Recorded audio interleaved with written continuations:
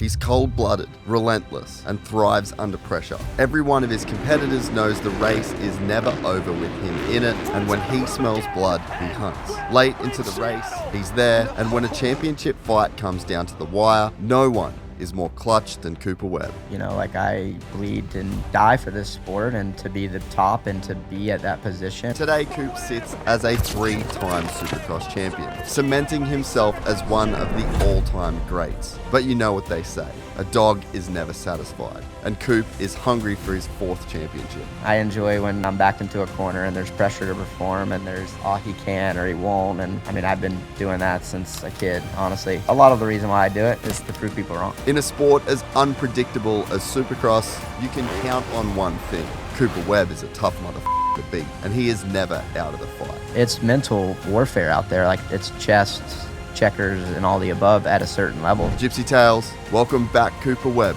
to the podcast.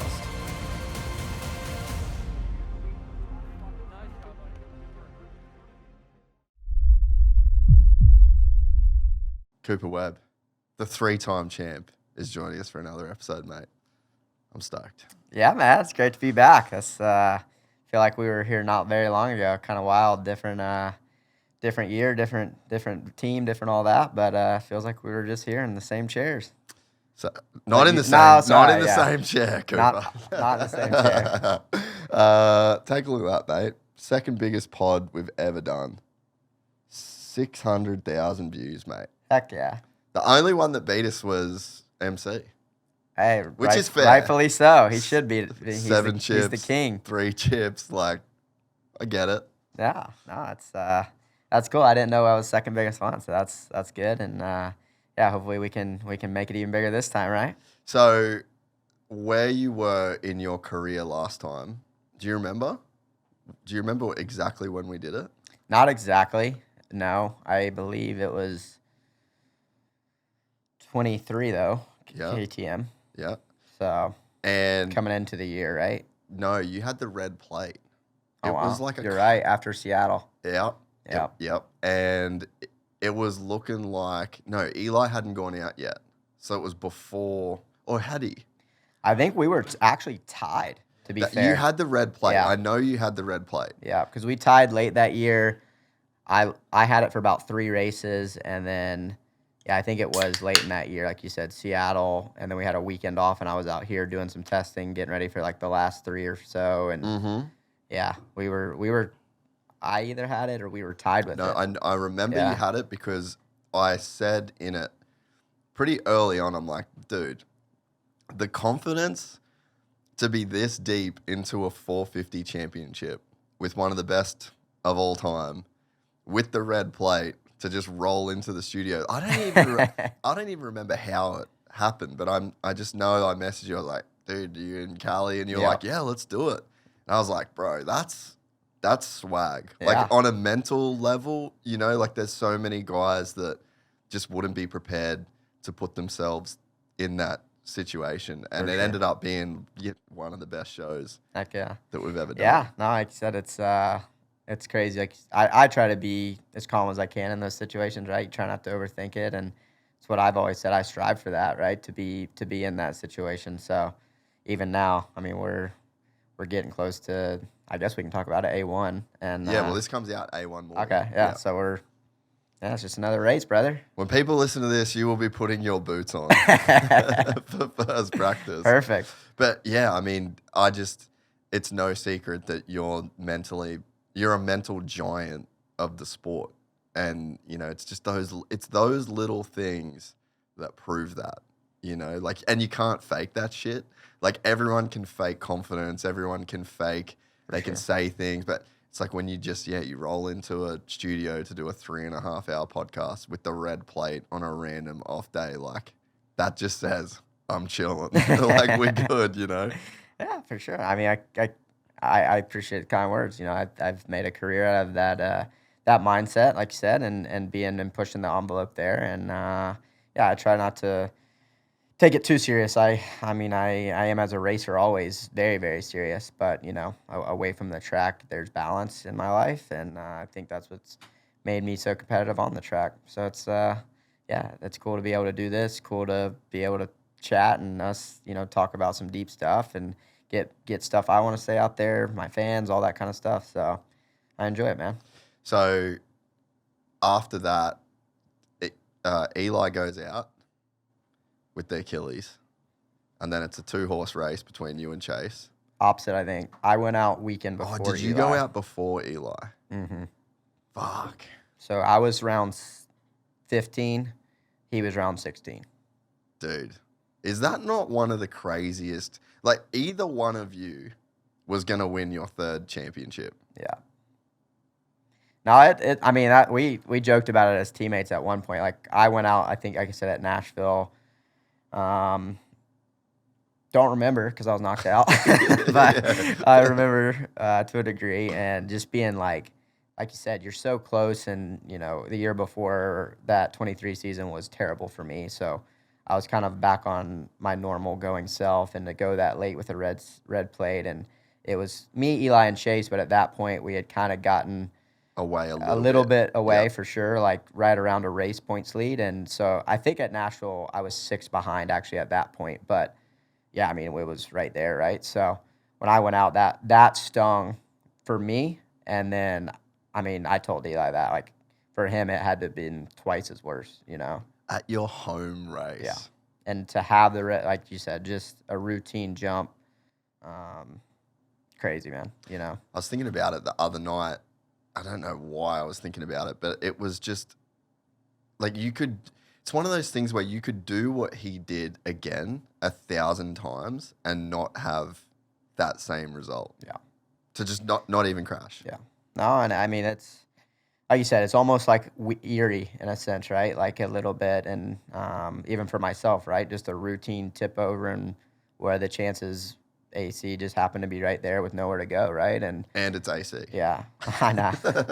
He did it on purpose. Bro. If one knobby to the left or right, could have been fine. Yeah. So that's motorsports. So I think everyone would tell you that, right? And yeah. But Eli's especially, right? Like, didn't make a mistake, didn't even crash. Like, that one hurts. I 100%. Like, I know what I felt. I can't imagine what he felt. And and even when I look back at that, like, that was just a crazy fun year for all of us. All 3 of us were really good that year. Those 2 on certain nights were definitely a lot better. Like, I think I only won 2 races that year, but I was just there every weekend. So it was a fun year, and us 3 are, with Jett unfortunately getting hurt, it reminds me a little bit of that season, us 3 with Kenny and a lot more other guys, don't get me wrong, but yeah, it's going to be interesting. Fly racing started as an idea and a dream. Inspired by passion, that idea was born with the heart of a racer and the fearless mindset of believers. How to create the highest performing and most technologically advanced apparel. That is the forever mantra. Fly racing's legendary journey to date is only surpassed by its innovation of tomorrow. Fly racing is more than a brand, more than a team, it's a family. For Cooper Webb, nothing resonates more than that idea of family, being a part of something bigger, winning for more than just you. It's who Cooper Webb is.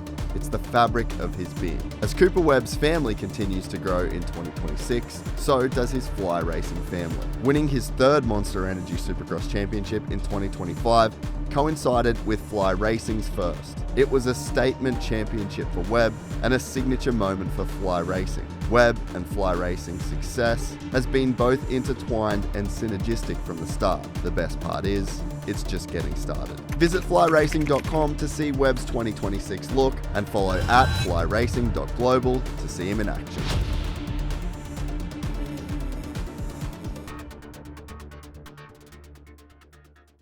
What did you do to get yourself through the slump with KTM? Because 19, 20, like, you had those 21, you had some really good years. And who was I saying this to the other day? Caroli. I was like, bro, just give me back a 2022 KTM 350. Just give me a brand new KTM 2022 350.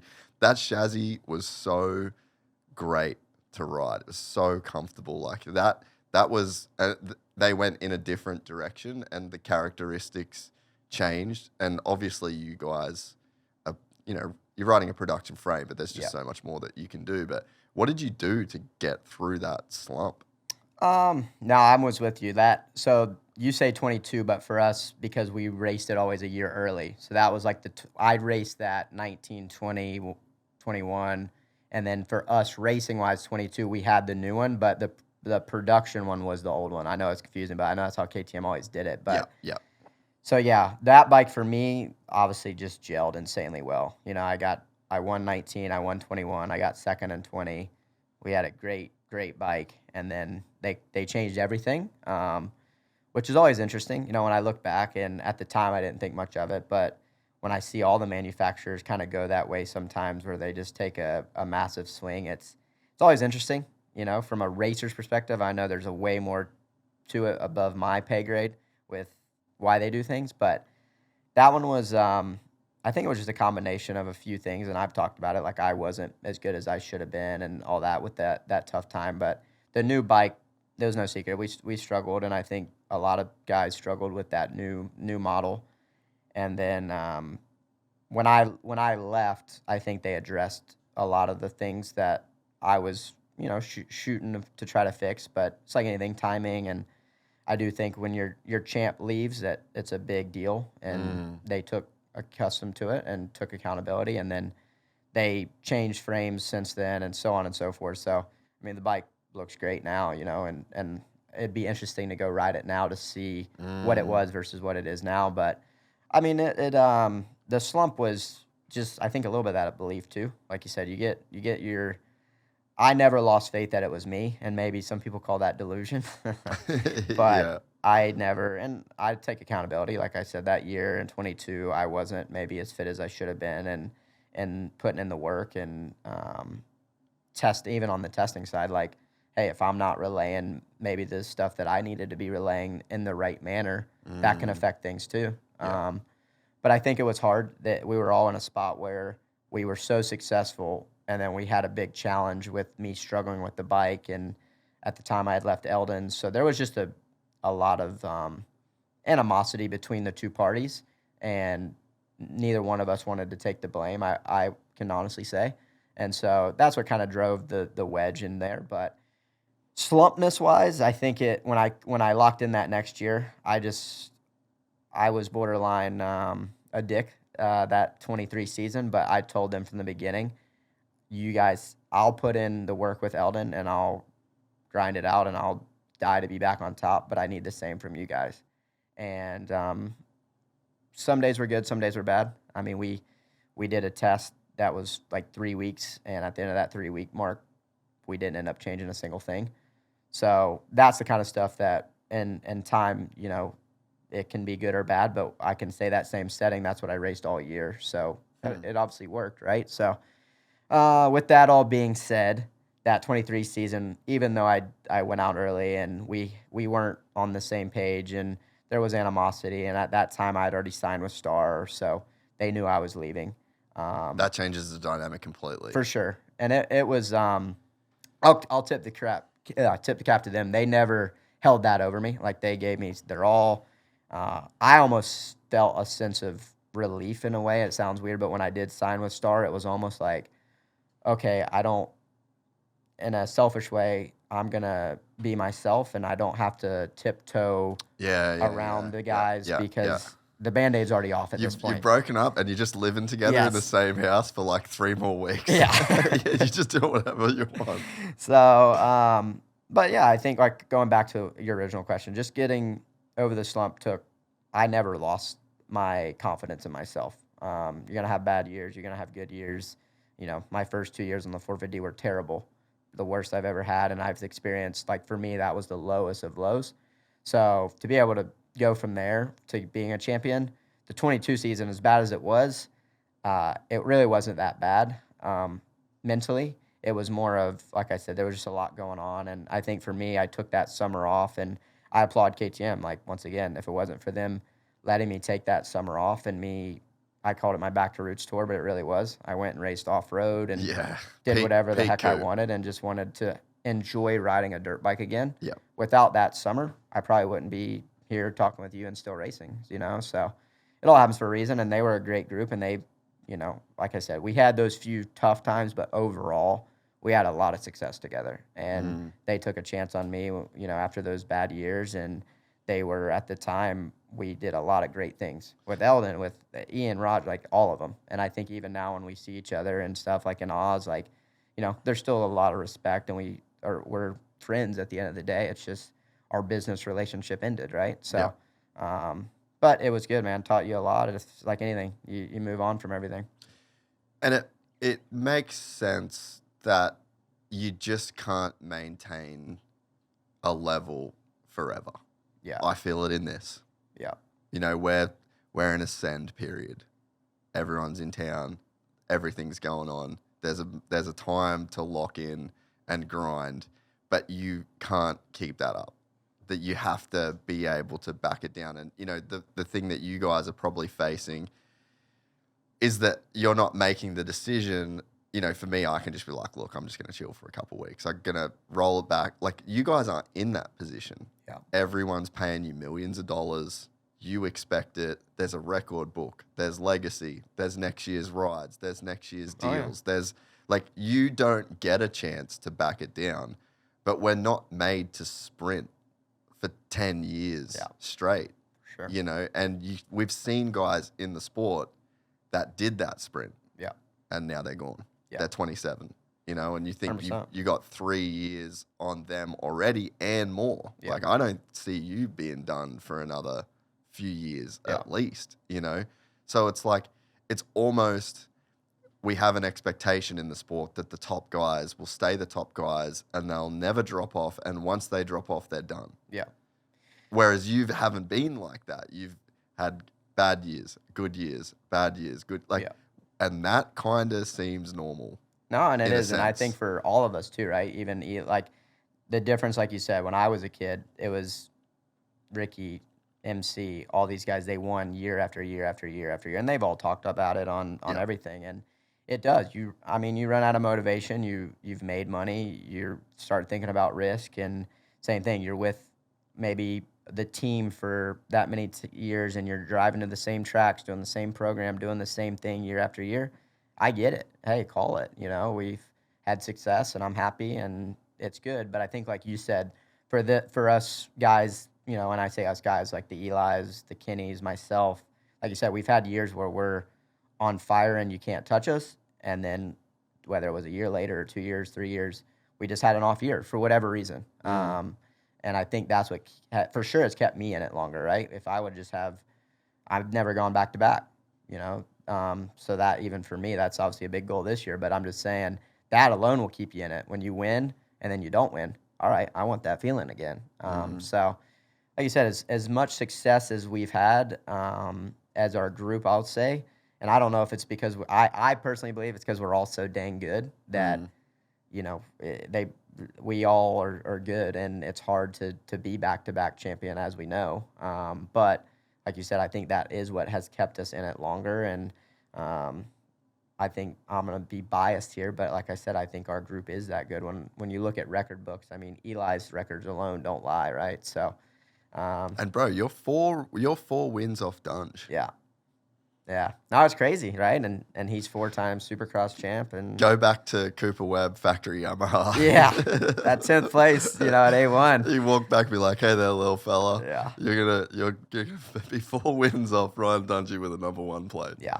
No, it is crazy, and that's where it's cool. Now we have the statistic guys, right? And we can see all that. And I saw they dropped one this year with like the amount of podiums and laps led and this and that. When all you see is that data, I think that's what makes it real into perspective, right?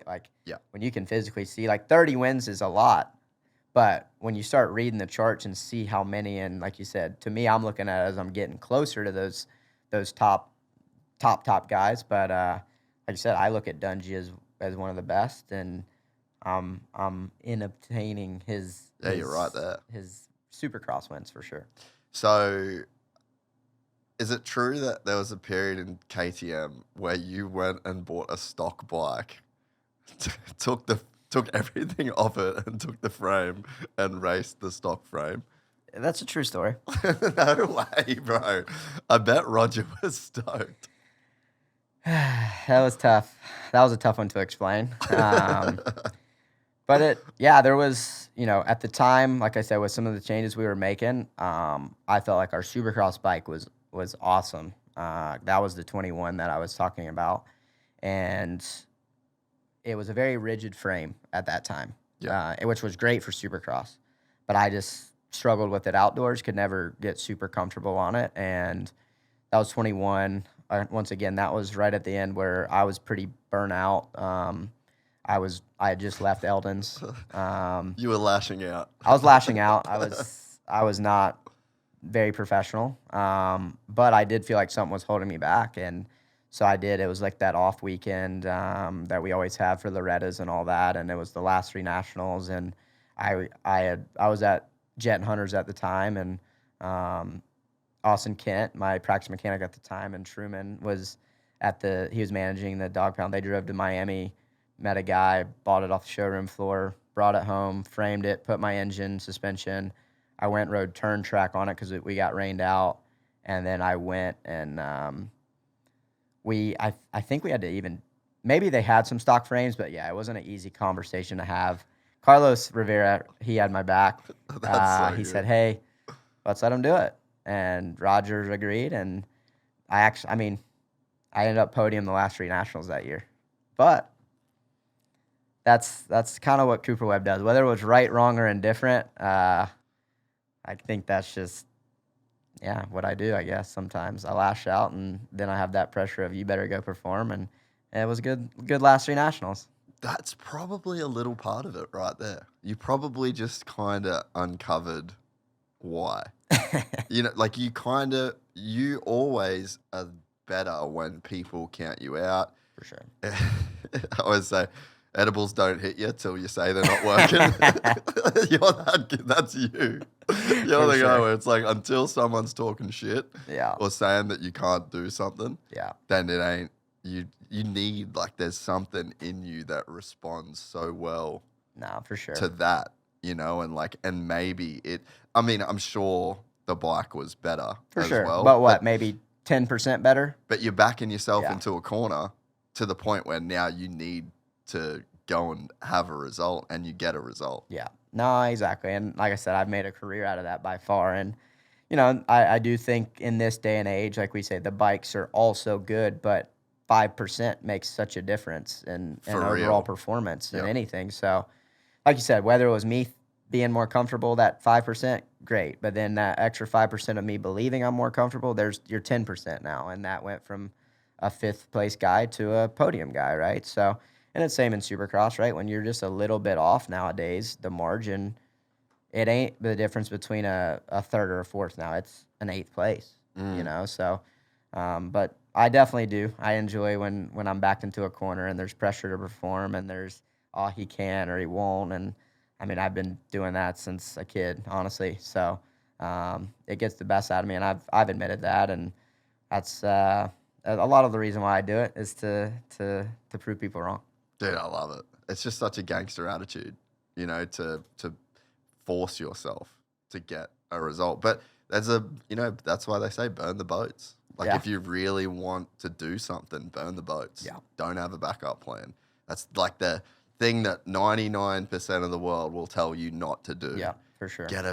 Make sure you got a plan B. Don't put all your eggs in one basket. And it's like, maybe that's not the way to get greatness. No, and trust me, there's been a lot of times where you have bad situations, and that, you put all your eggs in one basket and you're doing everything right and you're not performing, or you're not getting the most out of it. But like you said, I've always been a dreamer for sure, and like dream big, win big type thing, if you will. And I've never counted myself out. I definitely don't listen to what people say or think of me, because if I did, you would have quit in what? Yeah, 2018? Would have never been here. That's for dang sure. So, but I use it as fuel, right? And I think, like you said, a lot of other sports figures have. Like I've heard about Michael Jordan doing the same, or Tom Brady's famous story of being the last quarterback drafted, or whatever it is. And I have that chip on my shoulder for sure, and I use it as motivation. I think a lot of people, like you said, would be scared to fail. That's a common thing that you see amongst people in life, and especially sport. But that's never been one for me. I've never been scared to fail. Like, if I fail, it's on me. But if I succeed, it's also on me, and that feels hella good. So, when you say you've never been scared to fail, your whole life? Yeah, I'd say so. That's just a natural kind of personality trait in a way. When someone brought, it was funny. Like I've talked, I'm very open, and people have talked. They're like, "Oh, aren't you like?" I never even heard of that, until someone brought it up. Like, "Oh, you're. What if you don't?" I'm like, what do you mean? Yeah, you just don't. If you don't, you don't. Like, what do you mean? They're like, yeah, but there's consequences. I'm like, I never even knew what it was until probably 5 years ago or so. And so I know some people legit struggle with that, they're, and I would say that's why a lot of people, when they retire, they say they go out on top or they want to win because they don't want to look like and I shouldn't say a failure, but say they don't go out on top, then maybe they're not satisfied with their way of doing things or whatever. But yeah, no, it's an interesting way of thinking. But for me, that's, it's just your default setting. Yeah, it's like, hey, I'm going to put everything into what I do, and it's all going to work out how it's going to work out. The results are going to be what they're going to be. I can play a small part of that. I can apply myself. I can do what I can do, but you never know. That's why we race, and that's why we do this sport, and it's why it's every year's different. Like we just talked about, it's if it was reliable, we would do the same thing every year and no changes. Yeah. But there's just so many people in there. Here, you want some? Yeah, bro. Can I get on the sprinkle gypsy juice, some bro? in? Yeah, get in there. I wouldn't use all of it. I always say to people, just don't go. Okay, like the about full, half packet, 3/4. half packet. All right, half pack's gonna. This is your preferred gypsy. This is the flavor, huh? This is the one that I like, mate. I think it's like pineapple and passion fruit, I guess. You know what? Like juice boxes. Yeah. So that's off a juice box that I used to drink as a kid. So I'm drinking your Kool-Aid right now. But that was like the flavor that I loved at home. Okay. Like, so we tried to copy that flavor, and we did one test with it, and I was like, yeah, done. No, that's awesome. We did one test, and we're like, yep, that's it. We got it. I can tell. I got to try some in Australia, so I trust you. You knew before. But I like that flavor. Oh, I don't think I had that one. I think I had the orange in Australia, so appreciate it. Oh, so that's the first time having that. Mm-hmm. Oh, sick. Yeah. I'm going to have magical powers now. we got, hey, you're definitely going to be hydrated, that's for sure. Yeah, so a lot of people struggle with that. I mean, I've got people in my personal life. Like, I'm inherently not a person that had that scared to fail mentality. And I think that maybe it's like this for you, but I'm so hard on myself that I couldn't see someone being as hard on me as I am on same here. me. And maybe that's the buffer zone. I don't know. But I did a podcast the other day, and I walked in the front door, and I said to Griff, I was like, fuck, I reckon I just don't think I did a good job of that, eh? Like, I fucked it. And he's like, oh, what do you thinking? I was like, this. So in the 30 minutes that it took me to drive home, and I had a great time, and it was awesome. Mm-hmm.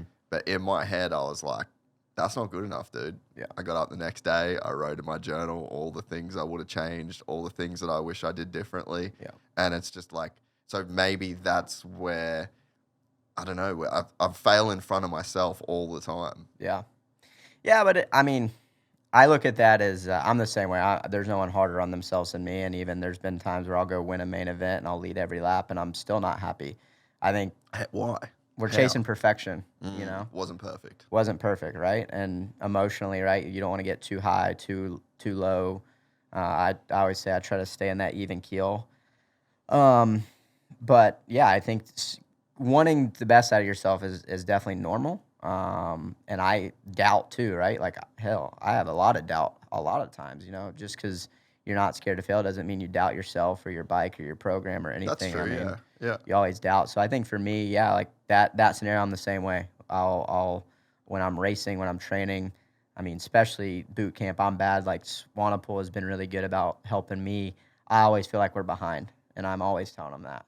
Hey, we're not training enough. Hey, we're not, doing enough laps. Hey, we're not fast enough. And then it's like, okay, we're good. But that's just, whether it's, I don't know if it's the doubt or the insecurity or whatever you want to call it. But even with that all being said, I never line up going, man, I hope I don't make myself like an idiot or fail or anything like that. I think that's pretty at least for me, that's the same thing. Human nature to want to be better and be perfect, and it's not obtainable, but you want the best version of yourself. And I think once you stop having that thoughts, then it ain't good, right? You want to always better yourself. You want to be the best version. You want to keep growing, and you want to be around people that are like-minded, right? If you do your pods every day and you're like, oh, dude, I crushed it. That was great. You're never going to grow as a person or as an athlete or in your professionalism, whatever. So it's my opinion on it, but I'm still learning myself, mate. Yeah, and there's guys that you would know. There's guys that you would be lining up at A1 that are at the top level of the sport, and I bet that they have doubt to the point where they are scared to fail, and the thoughts that are going through their head are, don't fuck this up. Oh, for sure. You know, and it's a gift that you've got yourself to the place in your career where I'm assuming that the thoughts on the start line are more about like executing, being perfect, doing what you got to do. Like I don't see you as the kind of guy that's having doubt in those moments, you know? No, I think like you said earlier, I'm my hardest critic. So I think for me, I know no matter what happens on that race, no one's going to be as hard as I am on myself. Like, it's not possible. You know, you can yell, you can scream, you can threaten, you can do whatever. Like, I'm going to top your energy no matter what. So, and the boys know that. Like, that's half the battle sometimes is them keeping me in check and like, hey, it is all right. Like, don't get so, mad or aggro or beat yourself up so hard. But 100%, like you said, with that doubt, I see it a lot, and I see it. I'm at the Star facility every day with the younger guys, and you see it there's 12 guys out there, right? So you see a lot of stuff, but you see it, and I mean, I know for a fact, like I said, there's guys that I can look at that night when they're lining up, and I can tell. You can just see it in their face if they're struggling or if they're second guessing or if they're off or whatever. And like you said, it's been a blessing for me to be able to. I can pull myself out of hell sometimes to not be phased. And when I go up to that main event, nothing's gonna phase me. And like I said, I think I'm also very fortunate about. I keep saying it, but I don't care what people think or say. So if I go out there and perform, great. If I don't, I'm going to be mad at myself, and I'm going to be my toughest critic, no one else. So there's guys on the start line, like let's say through the championship last year, and you're looking at them and you're like, you're cooked. Like, I know you're cooked. Like, you can see it in guys. For sure. Heavy. But then it can be, you see some guys and you're like, they're on. Yeah. Like, this guy's going to go out there and win. What's an example? I mean, I've just seen it like throughout the years, right? Like I've raced Eli, I've raced Kenny, I've raced Jett, and they all have trends in my opinion. But that's not always the case, right? Like when guys go out and they qualify well, they race well, they win their heat race, they're confident, they got a good gate pick, they're typically starting well, then statistically or just like on paper, they're gonna probably have a good night, and that's 90% of the time what happens, unless they fall in the first turn or hit the starting gate, or something like that. That's untraditional. Then they might struggle, but even in that, they come back and they get a good result. So you just kind of see it, but I think that's what's unique about me is you can't say that about me. Like I'll go out and qualify great or I'll qualify crap, and same in the heat. Like I might go win it or I might get sixth, and I feel like during that main event, it's like, dang, Coops gonna show up in the main event, So dude, Gold Coast was a perfect example. Correct. Hadn't seen you all day. Yeah. Forgot you were racing. Left the chat. Forgot you were out there. And then was it Moto 2? Yeah. Oh, fucking Coops racing. Yeah. And he's absolutely smoking everybody. Yeah. And I think that's a good example, right? Like I think I legit qualified 8th, and the first one, got a bad start, and I called my way back, but got a quiet 4th or something. And same there. Like I knew I wasn't the best guy. I knew I was struggling. I knew on the track and first time racing that bike. Yeah, and the whoops especially, I was really struggling that night, and I knew like I am not the best guy, but went out there and won the race. So it's like It's just noise, I guess, for me. And like I said, it's a skill that I shouldn't say I worked hard at, but it's acquired and it takes time, and you got to go through the lows, I think. And that's what I keep saying. The lows have built who I am today. It ain't the wins and the greats and the this and that. And I think it's like you said, had I not had some terrible years and injuries and this, that, and the other of just wanting to win again, then I wouldn't have maybe had the perspective I have now. If everything was always butterflies and rainbows, I definitely wouldn't be as mentally strong as I am now. Yeah. And it becomes like a self-fulfilling prophecy. For sure. You can just start believing in the guy who you've always been. Yeah. And if you're the guy that cracks under pressure and you're the guy that always shits the bed, then that's the same thing too. Yeah. I'm always the guy that fucks it up. I'm always the guy that shits the bed. Like once you can change the narrative in your own head that you believe, it just becomes true. Oh, for sure. And yeah, I 100% agree. You know, you got to put in the work. You got to clearly in this day and age, your bike's got to be good. There's so many big pieces that you need to have success. But I do believe the mental side is every part of it at this level. And so when you got guys that like I said, that's why Jett is so hard to beat, is because he's very mentally strong, you know, and he's good at everything, but that's what makes him hard. And like I said, I think we've seen it in the past too. Like there's guys with talent, they also work hard, but then there's maybe mistakes, or like you said, there's growing pains or this, that, and the other. And I do believe, I've said it about myself, what makes me work as hard as I do is knowing I maybe aren't as skilled or as talentedly gifted as some other riders. And I think that's natural in anything, right? I think a lot of people, like you said, Tom Brady, you know, like there's you could just go through countless examples of guys that have become the best in the world. I mean, look at Steph Curry. Yeah. Like, you can't say he's not talented, but in terms of size and just 100%. There's so many physical attributes that other people have. And what does he do? Shoot 1,000 threes every single, more than anyone else, and he gets to be that guy, you know? No, and I think just naturally, like you said, when you don't maybe have some of those advantage, you're going to work harder than maybe a guy that it does come supernatural or think differently or race differently or whatever it comes down to. But now we're in the last era where everyone works extremely hard. Yeah, there's no laziness anymore. Like I said, so the percentages are small. So, but the same with that. With that being said, like I'm still working on technique. I'm still trying to get better and stronger and faster. And at 30 years old, and it's a cool feeling that this is my 14th year, and I'm still wanting to be better, and I still believe I am getting better, and I'm getting faster and stronger, and it's a cool feeling, whether it translates or not. Like when you show up to work and do something and you're getting better 14 years later, it's rewarding. Dude, the week that I was at the goat farm last year, bro, you were so locked in.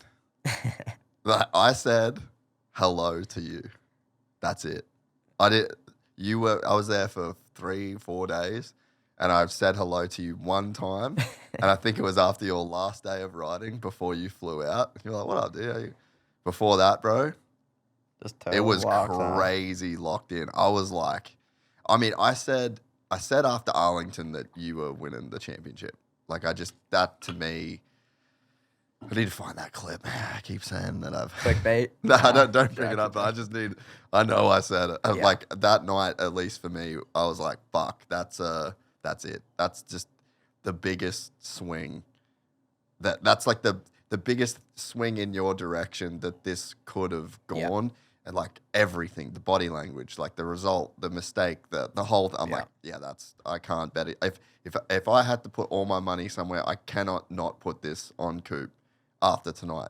And then I saw you at the goat farm, and I was just like, Jesus Christ, bro, you need to chill. Yeah. Like, you were so locked in. That in itself, there's a talent in that I think you'd kind of have to see it to kind of believe it in a sense. No, for sure. And I know other guys that you'd be racing, and when you're around them, that's not the energy.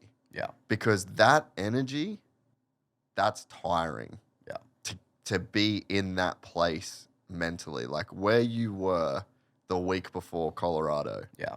And the week before Salt. Like, I'm sure every single week getting towards the end of that season, that level of focus and dude, we've been friends 15 years. Yeah. We didn't even say hello. Nah, I mean, And that's fucking gangster. yeah. You know? That's But I can tell you that's 4 years of failure built up, and you're 2 weeks away from achieving what you've gone to bed for and woken up for every day for 4 years. That's, you want to talk about that focus and that mentality.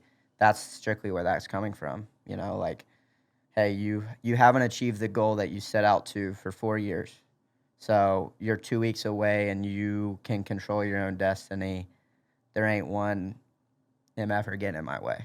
And that's the energy and the focus and the stress and the pressure. And, you know, like I said, people think like I don't feel that. Like, bro, I feel it. You know, it's there worse than other. And I think you got it firsthand of the amount it takes a toll on you physically, mentally, emotionally, spiritually, all of it. And but that's what that was, and that's what that meant to me. 4 years to get back to that point, and I got there, and by 2 points is what we ended up winning it by. So it's pretty wild.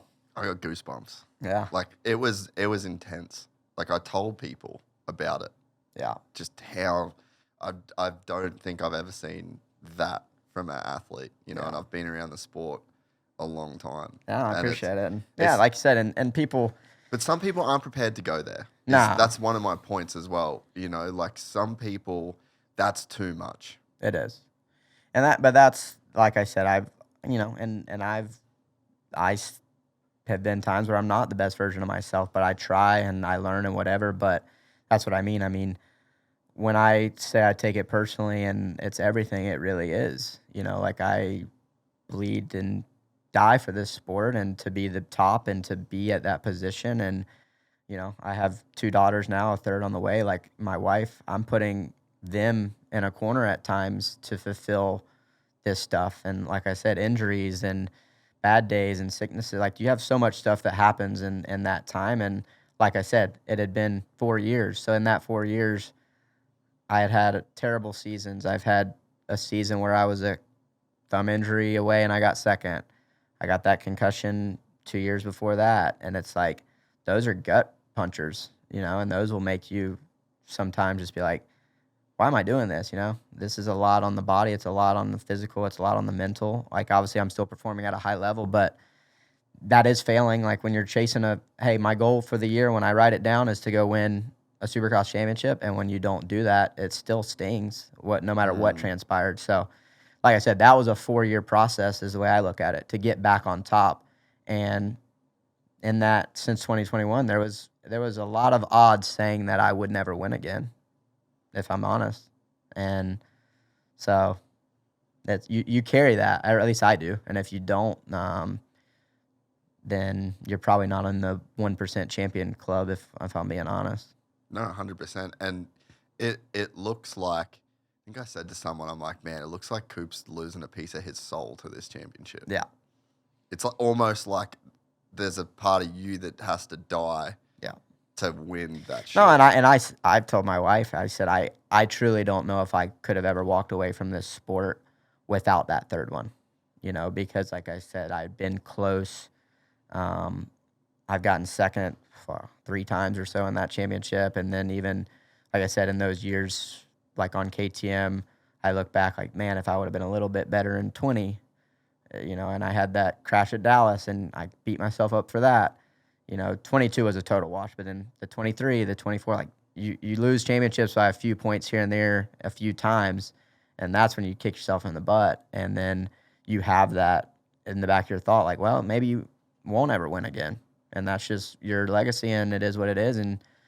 But you don't want to hear that, and you don't ever, like I said, I didn't want to go out like that. Like, hey, not saying I would not be grateful for my career, but it wouldn't have felt as good, you know. But that's special there, right? Because it's, let's run this out. Hey, maybe I won't ever win again. Yeah. But I'm a 2-time champ. One of the best 250 races of all time. Yeah. No, and like I But said, that ain't it. No, it ain't. And that's the beauty in our That's the sport. difference. Like you're always chasing, and even now, like people are like they brought it up in the offseason. Oh, you're set. You're playing with house money. You've won 3, and I'm like, yeah, but I'm still out here because I want to win. As soon as I don't have that, it's over, and I still believe I can. And I mean, it's achievable goal again, right? Like I said, it's number 4 is achievable, and that's why I'm here, and that's why I work hard, and that's why I put my body through what I put it through, and my family and everything else to chase my goals. And like I said, if it doesn't work out, I want it to be on me, and if it's on me, too good. Yeah. But I ain't gonna go out easy. That's for dang sure. And you look like you're in really good shape right now. I appreciate that. And I don't know whether it's just because we're seeing the training on the vlogs Yeah. and the YouTube and everything that you're doing in that lane, but you just look better than what I've seen you at A1. And I don't know, you seem different around this time of year. Yeah. No, I appreciate it. I think it's, I feel really fit. I feel like this is, people say all the time, like, oh, when you get older, you got to train differently and this and that, but that's not the case for me. It's the most hours I've ever done in an off season. It's, our training load is, if anything, gets longer and harder every year. Like, so for me, that's good. But I think it is, obviously, I can be fat, and eating is a really hard one for me. So this year, like, I've made it a personal goal to, hey, that is a goal. Like, I want you to be as lean as you can all year and not indulge. And that's my weakness is a little bit of food at times. So I've taken that on a personal goal. And like I said, I think this is even before, Jett went out, it was like, hey, I want to go win again. And I want this, and this, my time is or is not running out, but it ain't going to get any easier. So, don't want to wait and wait and wait. And I think like anything, you get towards the latter part of your career, at least for me, I want to race as long as I can, but I don't truly know how long that's going to be. And if I'm competitive, then you better give it your all. You don't want to have regret. So I think just with that age, and I'm in a really good spot in my life with just the balance I have, the team, the riders, family, good wife, and the it's whole just, thing. It's like, you just want to, I don't know, it's just encouraging. Like, you just want to achieve the highest of highs. And like I said, I guess I am playing with house money as far as I've achieved everything I've set out to achieve, but like, I don't feel that, but maybe others do and whatever. But I think it's been a good off season. It's been a hard one. Like you think, and that's what else. You get number 1 plate, everyone's all this off season, do the same thing you did last year, this, that, and the other, and it's just like, dude, this was honestly one of my worst off seasons. Really? And why? I don't know, just struggled. Like, the pace was high at the farm. It took me a little bit to get used to it. And we had a new bike, so just kind of testing and running through things. And like anything, the pace and everything goes up. And maybe I just wasn't as recovering as well or whatever. But all of a sudden, last 2 weeks, it clicked, and I'm right where I need to be. So that's what's, like, I told the boys at one point when it was just day after day of kind of getting my teeth kicked in, I said, I can tell you one thing, there won't be a guy on the line that is mentally, he fought it this offseason. Yeah. So I'm going to be pretty unfazed. So it builds the mind, right? When you aren't gelling, when you are having bad days, or you're, like I said, for whatever reason, whether you're off the pace, or there was times this year where I'm getting beat by the whole 250 team, and I'm like, the heck am I doing? Like, I'm trying, and it's just not your day, right? So, and I've never been one to, practice isn't, for me, something that's super important, but I have learned it is important in the sense of you got to apply yourself to get the best out of yourself. Yeah, you but got I'm to not be the best that day. But I'm not overwhelmed much of the time. But this year it was like, you have like 10 bad days in a row, and you're like, maybe I should hang it up. Yeah, maybe I am old. Meniere's fucking nipping at the heels. It was like, Jesus Christ, I need to But leave. it's like I said, it's character building, and so I ended these last 2 weeks with really good days, and right where I need to be. How does the Jett thing affect you? Because I'm sure that's a double-edged sword. Like, okay, statistically, betting odds, if we want to talk about house money, your odds of winning a championship back-to-back went up dramatically For sure. when Jett went out. But as the competitor, that you are, that also has to hurt in a sense. Yeah.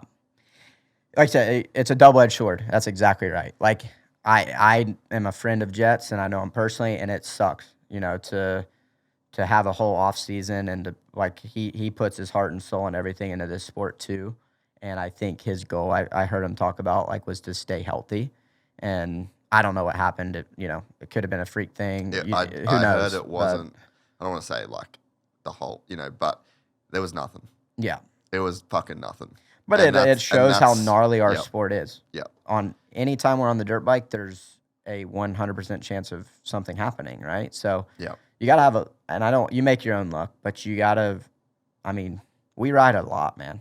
So too much I would say. To have things go good day after day after day after day after day for a long time, it's hard. With that being said, I think I'm not going to lie, it was a big motivator. Like you just said, hey, I've now beaten all these guys that I'm racing for this championship. I haven't. Eli, you beat Chase, yeah. You beat Kenny, you beat everyone. Can they beat me? 100%. Yeah. But I can also beat them. In a 17-round series, you've got it done against all of those sure. guys. So I think just that confidence alone, and I think even for the whole field, you're telling me Eli, Chase, these guys aren't thinking the same thing. Hey, here's our opportunity. And you're going to get better Malcolms. You're going to get better Plessingers. You're going to get better J. Coops. There's opportunity, right? And it sucks for the sport to lose our top. Like, there's no lie. Even though I'm 3 championships, he's the top guy, and he's going to be if he can stay healthy for a long time. But I think it's good that we're going into a championship where there is now legit contenders. Yes. It's for the sport. It's when people don't know who's going to win Anaheim. It's, as a fan, and even for us racers, it's a cool feeling. You add Jett in there, he's for sure beatable. I believe in Supercross. Like, I've been vocal about it. I would love to go head-to-head with him and give it my all and his all. And I just want to see you and him at Seattle. Correct.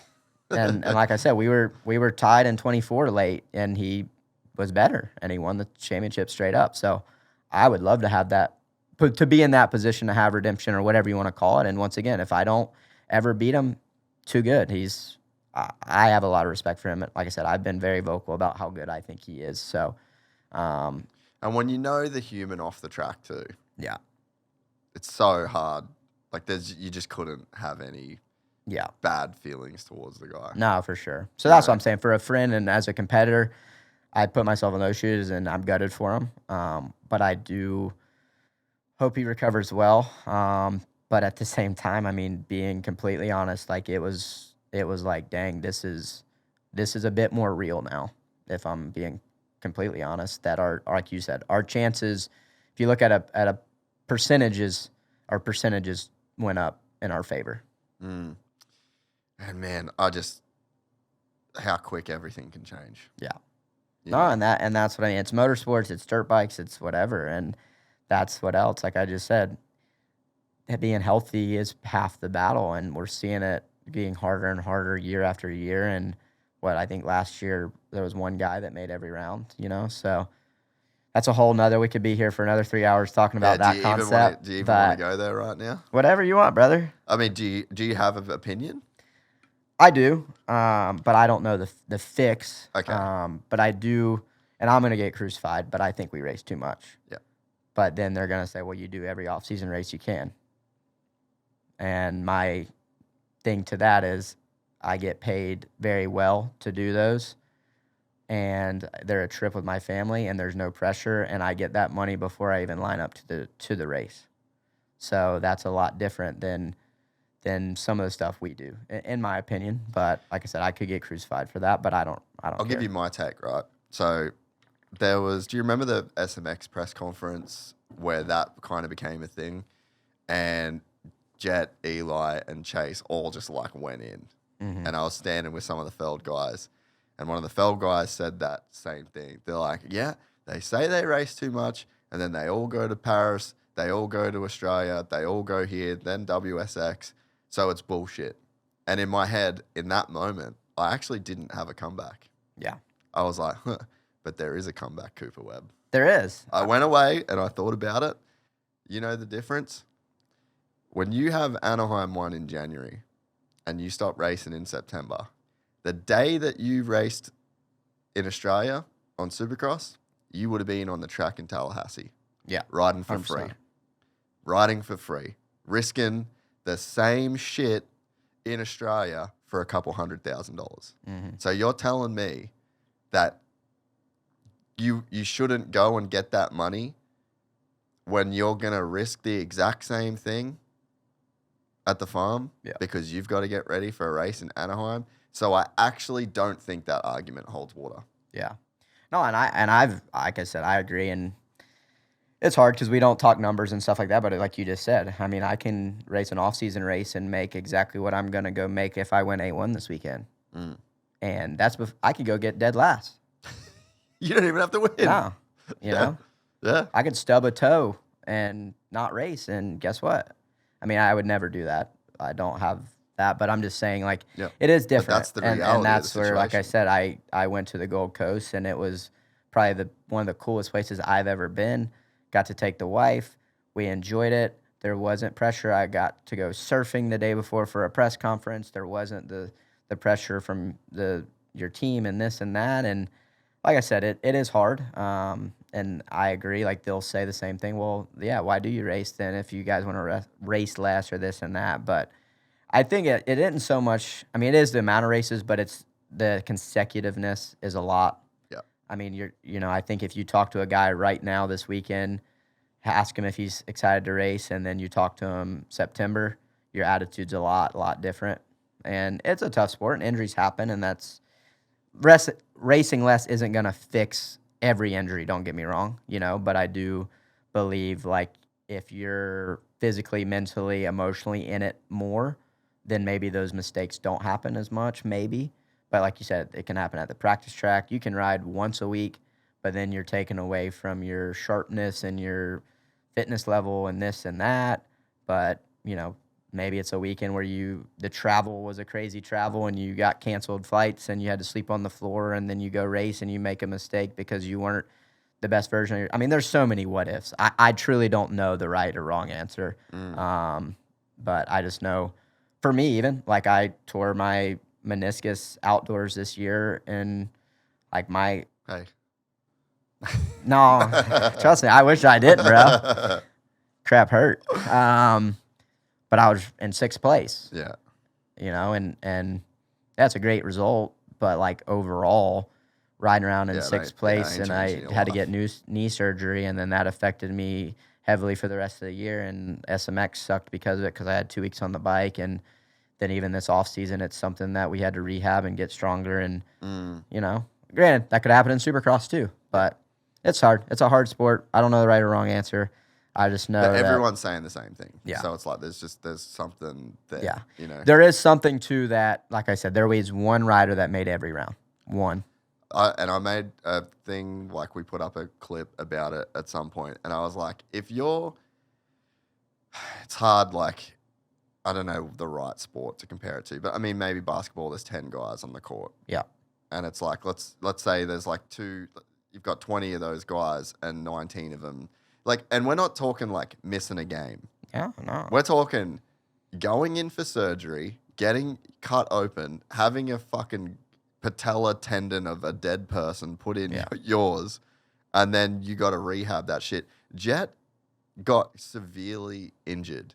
You've had we're not talking little knocks and you've got to sit out on the bench for the next. We're talking you're fucked. Your life is fucked for an extended period of time, and it's just different. We're not talking the same thing. There's so few sports, bull riding, MotoGP, you guys, like even a Formula One car, you can hit a wall at 280 kilometers an hour and not get hurt in the same way. Yeah, the risk that you guys are exposed to on a daily, weekly, monthly, yearly career basis is astronomical. Yeah.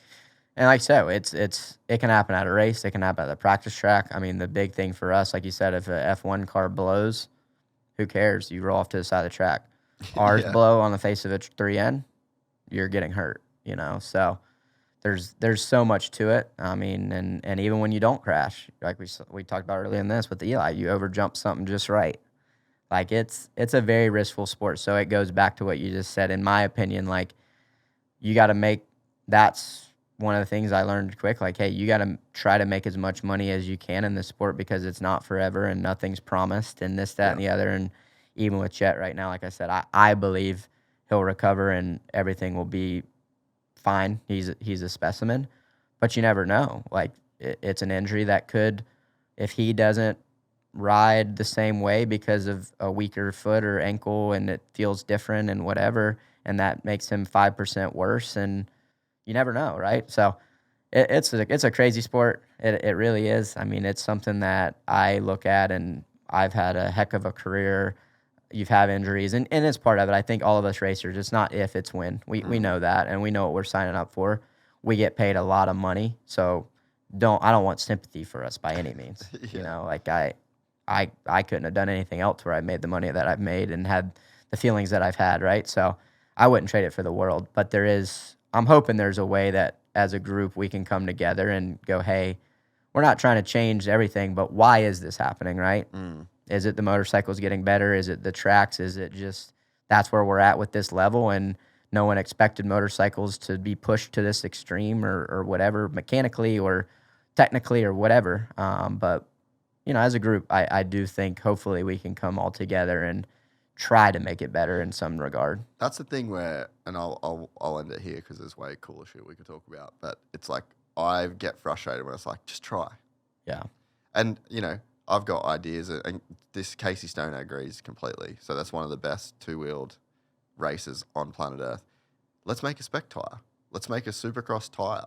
Do we need this bigger knobbies?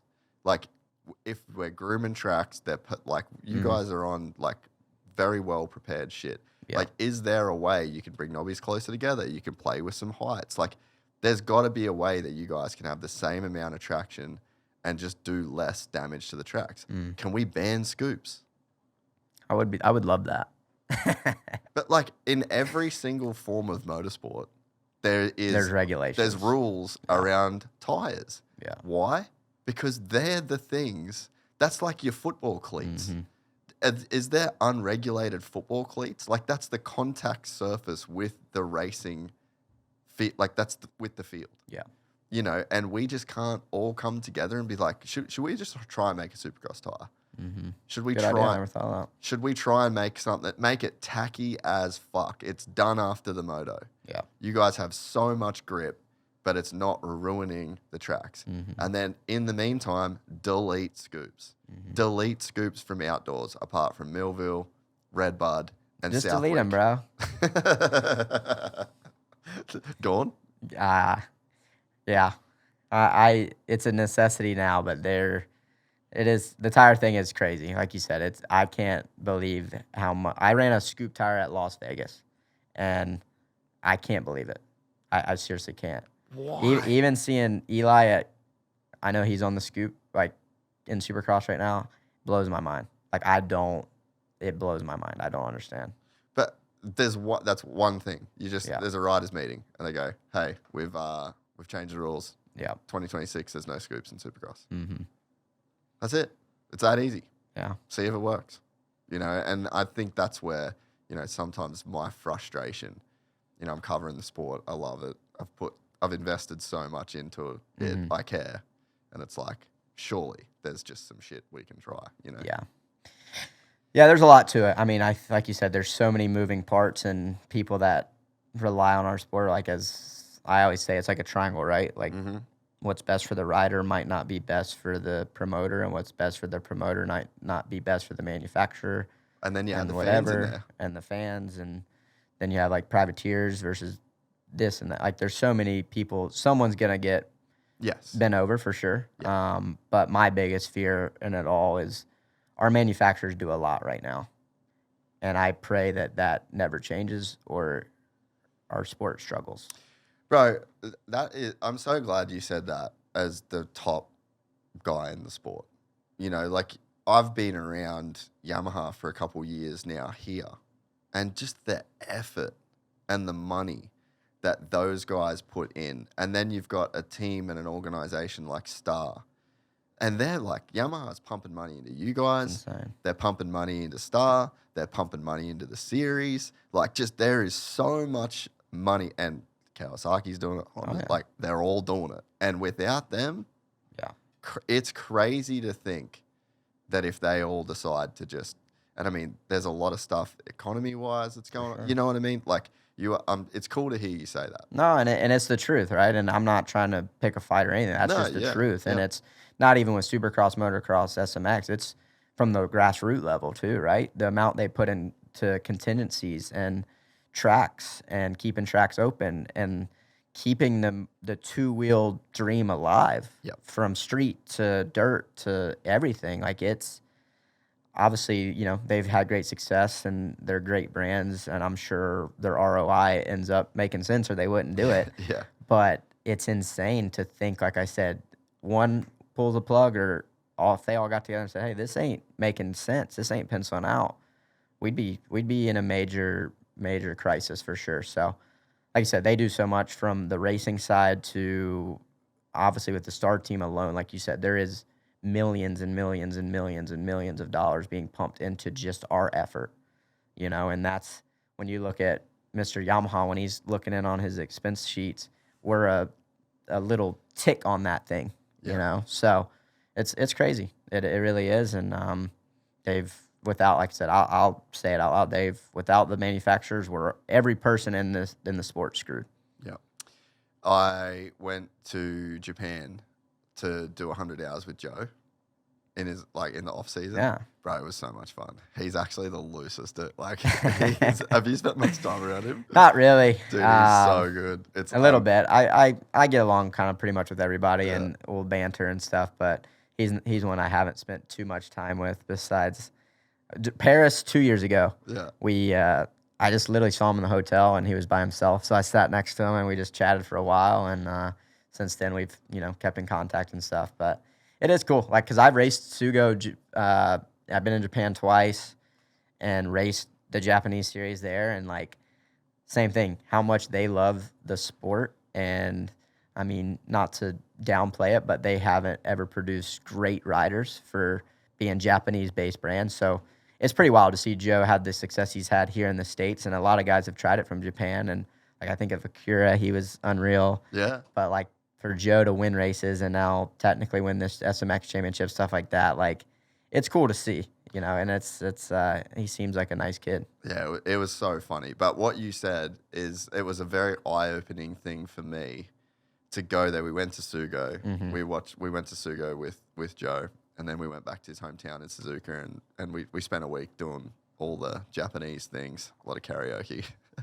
And, take your shoes off for dinner? Oh, everywhere, dude. Yeah. Sat on the floor. Oh, yeah. It was unreal. But it really opened my eyes, exactly what you said. They've never had anyone that's won, yet they built the sport. Literally. Without the Japanese, without 4 companies that cared to make a better motorcycle than each other, there's no Supercross. There's no motocross. Like, think about from where the 1973 Honda Elsinore or 78, one of those years, they come out with the Elsinore. And then they're all just like... Oh, yeah. And the competitive. Think if they weren't competitive, right? And they were like, oh, yeah, we're not profiting. Let's roll over. Yeah, but they just wanted to beat each other. There was 4 brands that had a motocross division that sold barely any bikes in comparison. And because of that, then you give it to Rick Johnson and David Bailey and Jean-Michel Bale and Jeff Stanton and Jeremy McGrath and Jett Lawrence. Yeah. It's crazy that the sport even happened when you think about all of the things that had to go right for it to happen. 100%. And even now, like think of all the manufacturer brands and new ones we have now that are from other countries and all over. There's a Ducati racing A1 this weekend, bro. That happened because of the path that they paved for us, right? And there's plenty of other people that helped it too. Like, well, then you get KTM that comes in, and then he raises the level again. Yeah, but no, it's like you said, the Japanese culture and the way they do things. Like you said, I've been fortunate to go over there twice, and seeing that, it was crazy. Everyone was just so nice, so down to earth. but they loved motorcycle racing. Like that Sugo race was, I thought, just a smaller race at the time, but like there was so many people that showed up. Thousands of people. You know, it's a sick track. It is. It was a fun track, and so yeah, like you said, it's cool to have those people. Like once again, without them, we're not sitting here doing our thing without them, and then the manufacturer. And it's a long list of people. And even for me, like when I went there, I got to see the manufacturer and, you know, down to the foot pegs being built, the shifters, the clutch, like every part down the assembly line. It's insane. And I got the opportunity to do that with KTM, do it with Yamaha, and just going like, wow, that person right there that came up with the gear shifter, you know, and there's 500 of them coming down the line. Without them doing that, like motorcycles don't exist, you know, or whatever you want to say, right? So it's pretty crazy. Like the stuff you don't, when you line up like on Saturday night and there's all these thoughts running through your head, it's like the puzzle pieces that had to get there for this to all happen, for me to even be in a position to be going for a championship or a race win or whatever. It's like when you get deep, it's pretty wild what all has to like click to go. So I want to go back a little bit. So another legendary stories that I hear. Yeah. I'm assuming that this year was a little bit different, but was it the 2020 title, last race, all of the KTM personnel get kicked out of the semi before the main event, and there's a bunch of North Carolina boys in the semi, and you on a stationary bike.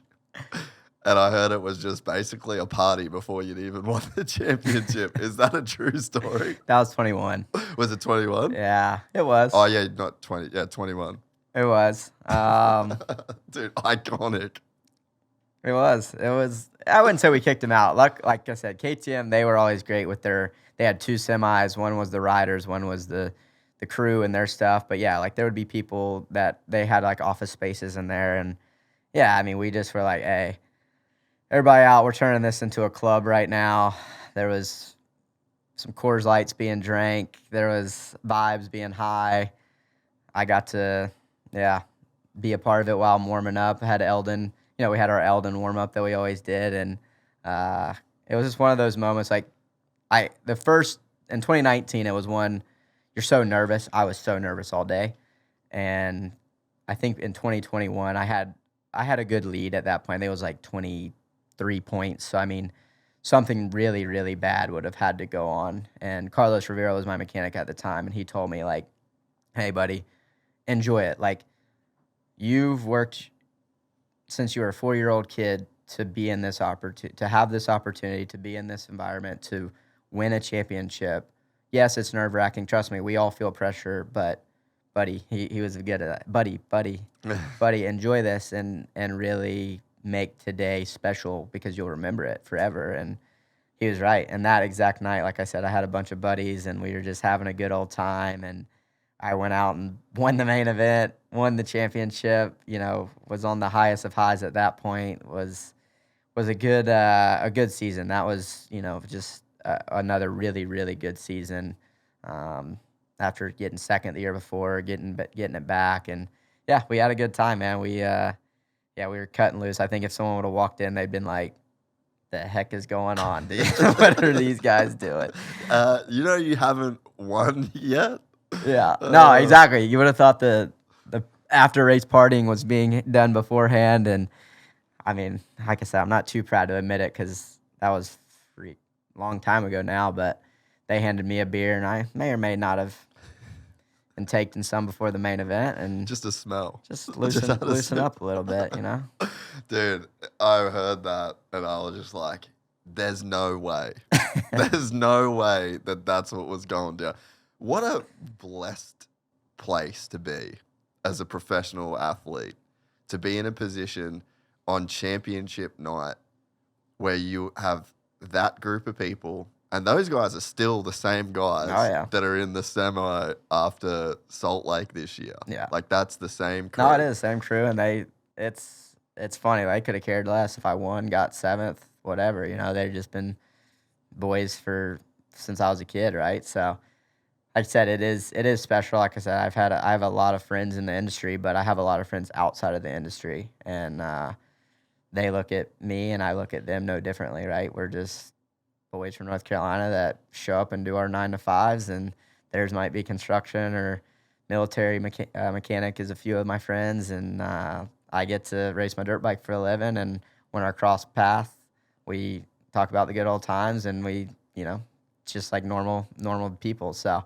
it's cool to have. Like I said, they were there all again this year in Salt Lake, and they make the trip out because they know how special those nights can be. And little like I said, this year I felt that pressure. Right, you a little tighter going into that last race than some of these other ones, but it's a rewarding feeling. And like I said, they don't treat me any differently, and I don't treat them any differently, win, lose, or draw. And it's pretty special to have that kind of normal. I wouldn't say normal, but connections away from racing. Yeah, and to be just in the, I don't know, like that's a special headspace to be in, on that kind of night, and the confidence and the feeling, and that shows so much trust in yourself, and that's cool to me when I analyze that situation. Yeah. Like that's just like the biggest dick energy of all time, to just be like, we're good boys, I got this. Turn the music on, start singing, start drinking beers, boys. Like, yeah. Well, hey, also, hold my beer. Yeah. I'm gonna go win this main event right quick, and I'll come back with an extra $1 million, and let's just burn this bitch down. well, it's almost like we talk about like group chat. You don't want to be getting roasted, so that's why like even that I'm like, all right, I gotta go win this championship, so I don't get these guys talking shit. Oh, dude, that's awesome. Yeah, I just loved it, dude. When I heard that, I'm pretty sure there's footage of that too. There is. I think Danny Stu has some footage. He used a little bit, but he probably wasn't able to use the good stuff. But when you do your retirement clip eventually, we'll put it in. That's got to go in there. Yeah. Just iconic, dude. Yeah. And I mean, there's just so few, like you said, 2019, nervous, first one, huge night. 2021, big lead. You've done it before. You know what you need out of yourself. You trust yourself. 2025, fuck. Tightness. There was definitely tightness there. 4 years. This is a lot. Yeah. Yeah, and man, I think in the press conference at Salt Lake this year, I just saw the relief. I saw, and then I guess having the context of being at the farm a couple weeks earlier.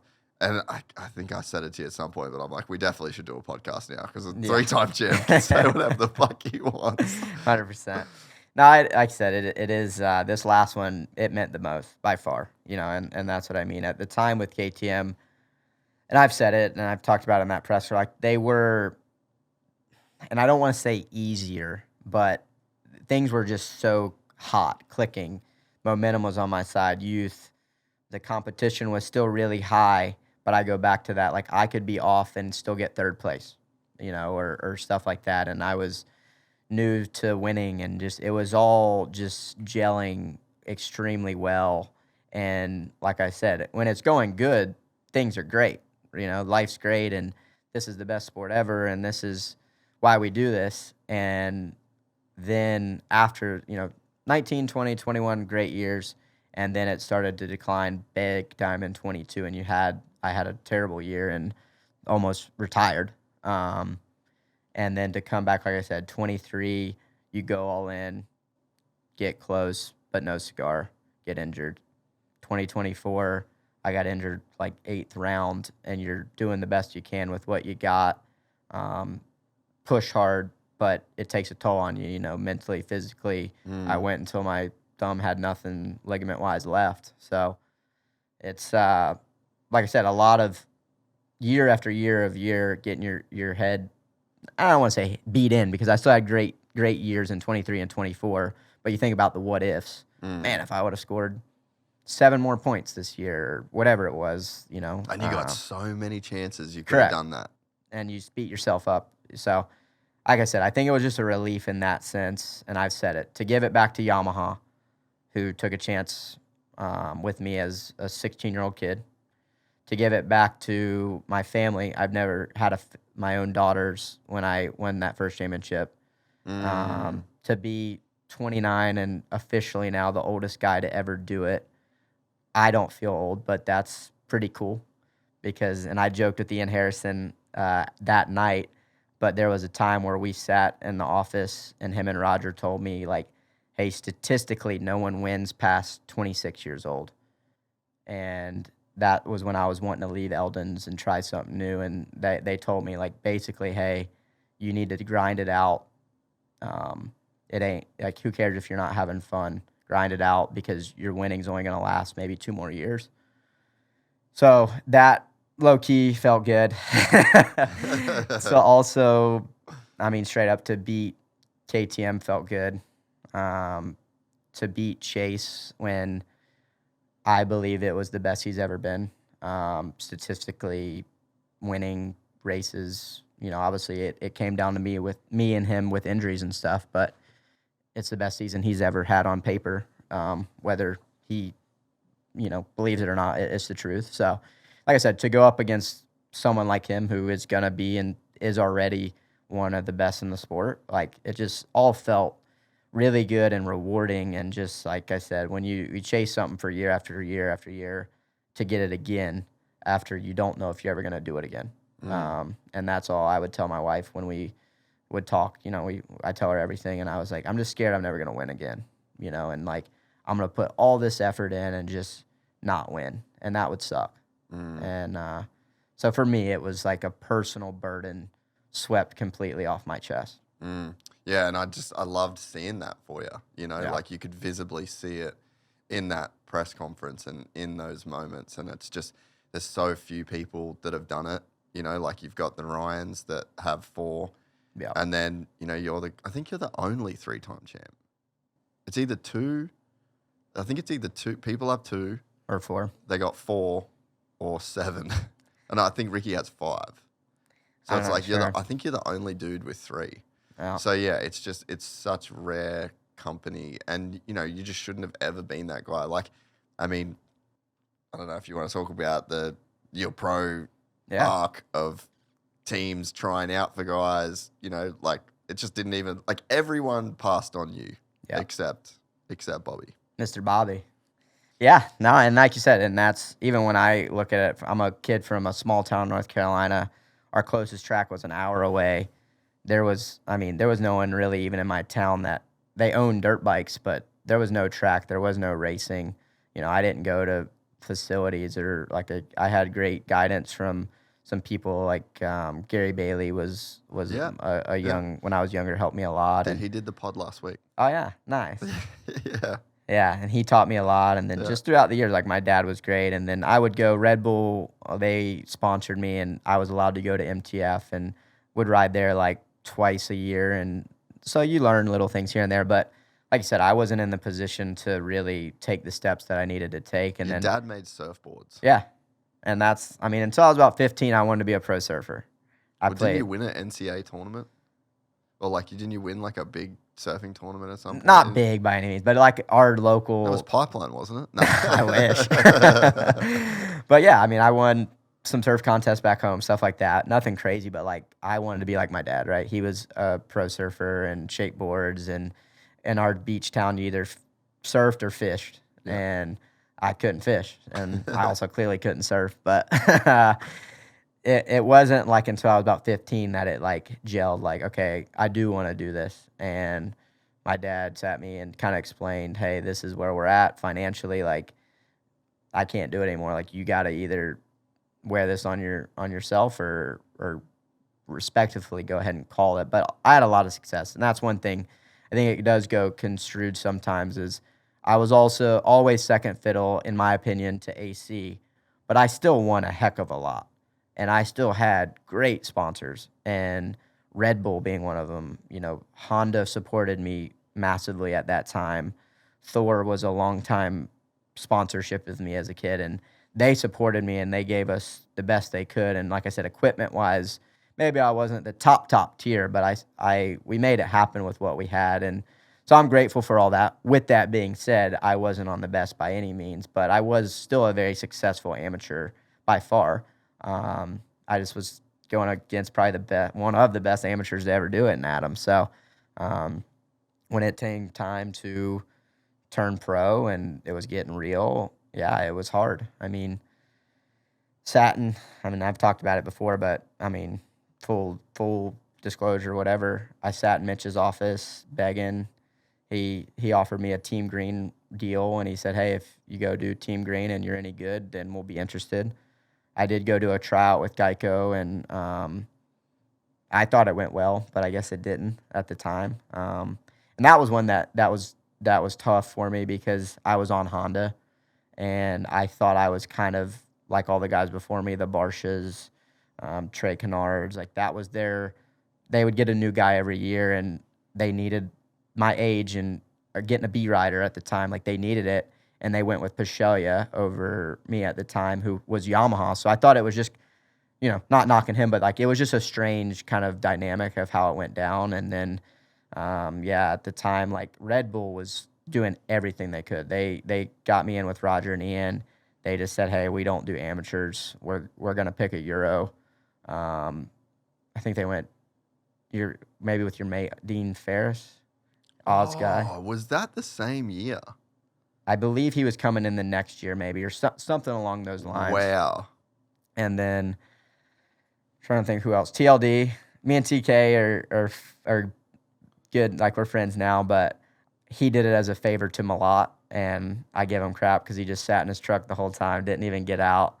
I rode the TLD bike. They're like, thanks. So I had KTM was trying to maybe put me on JDR. Yep. But that was Supercross only, and when push came to shove, they were like, "Yeah, we don't know. Like, maybe, but we don't know."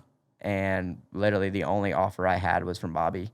And to be fair, he had been pushing it for a long time. I mean, I had that offer for 6 months or so. He saw a lot in me, wanted me, call every day. I mean, he was all about it. And I think there's just, I mean, I've said at the time that wasn't the team to be on. They'd win maybe one race a year, maybe. And the bike was carbureted at the time. That was a big thing. The Yamaha was still carbureted.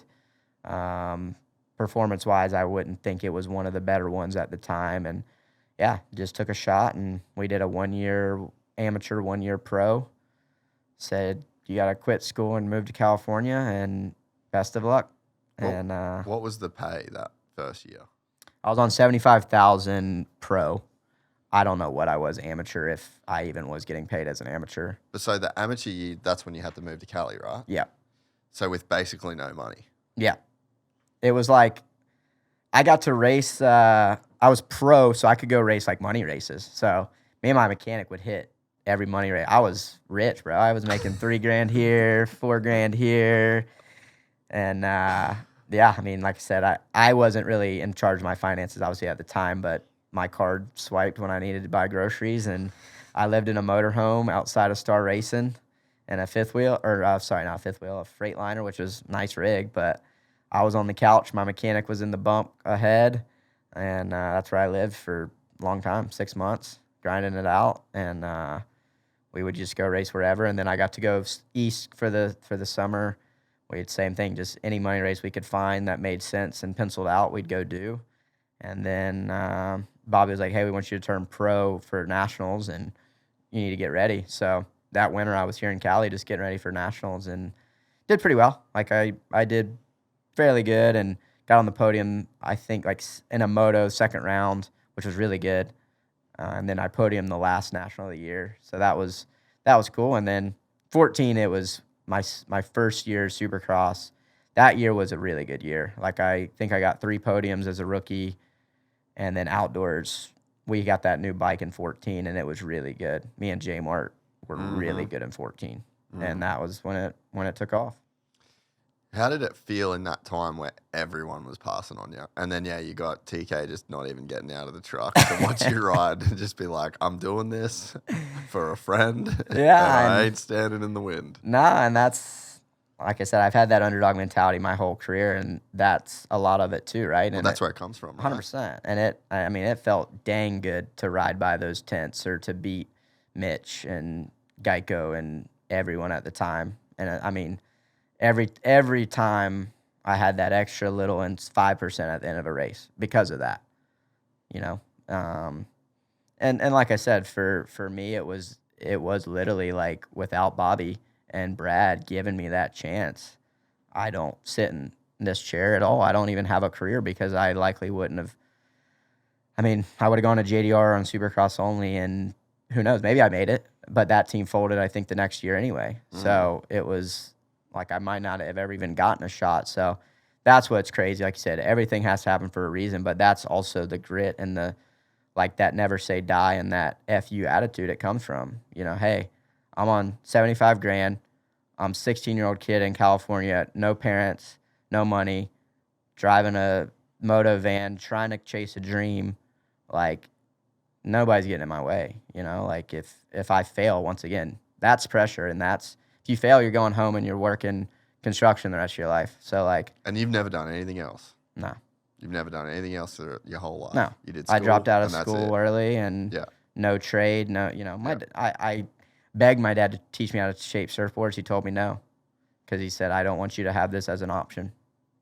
So, yeah, I mean, like I said, it's crazy how life works, but that's the little things, and it went way before that. When I was a kid, like I said, my parents instilled a lot, and we were pretty humble. We didn't have, you know, we lived comfortable, but we weren't rich by any means. So, I mean, I learned from a young age, like, if you want something in life, you work hard, and so that's just kind of where it all started, but it's crazy, and it feels good. I mean, it still feels good to this day, like, to see the guys and just be like, hey, what could have been for you boys, right? Like, you know, it was, I've had a great career as a whole, but especially 250 career. You know, I really did well on the 250, you know, won a lot in a short amount of time.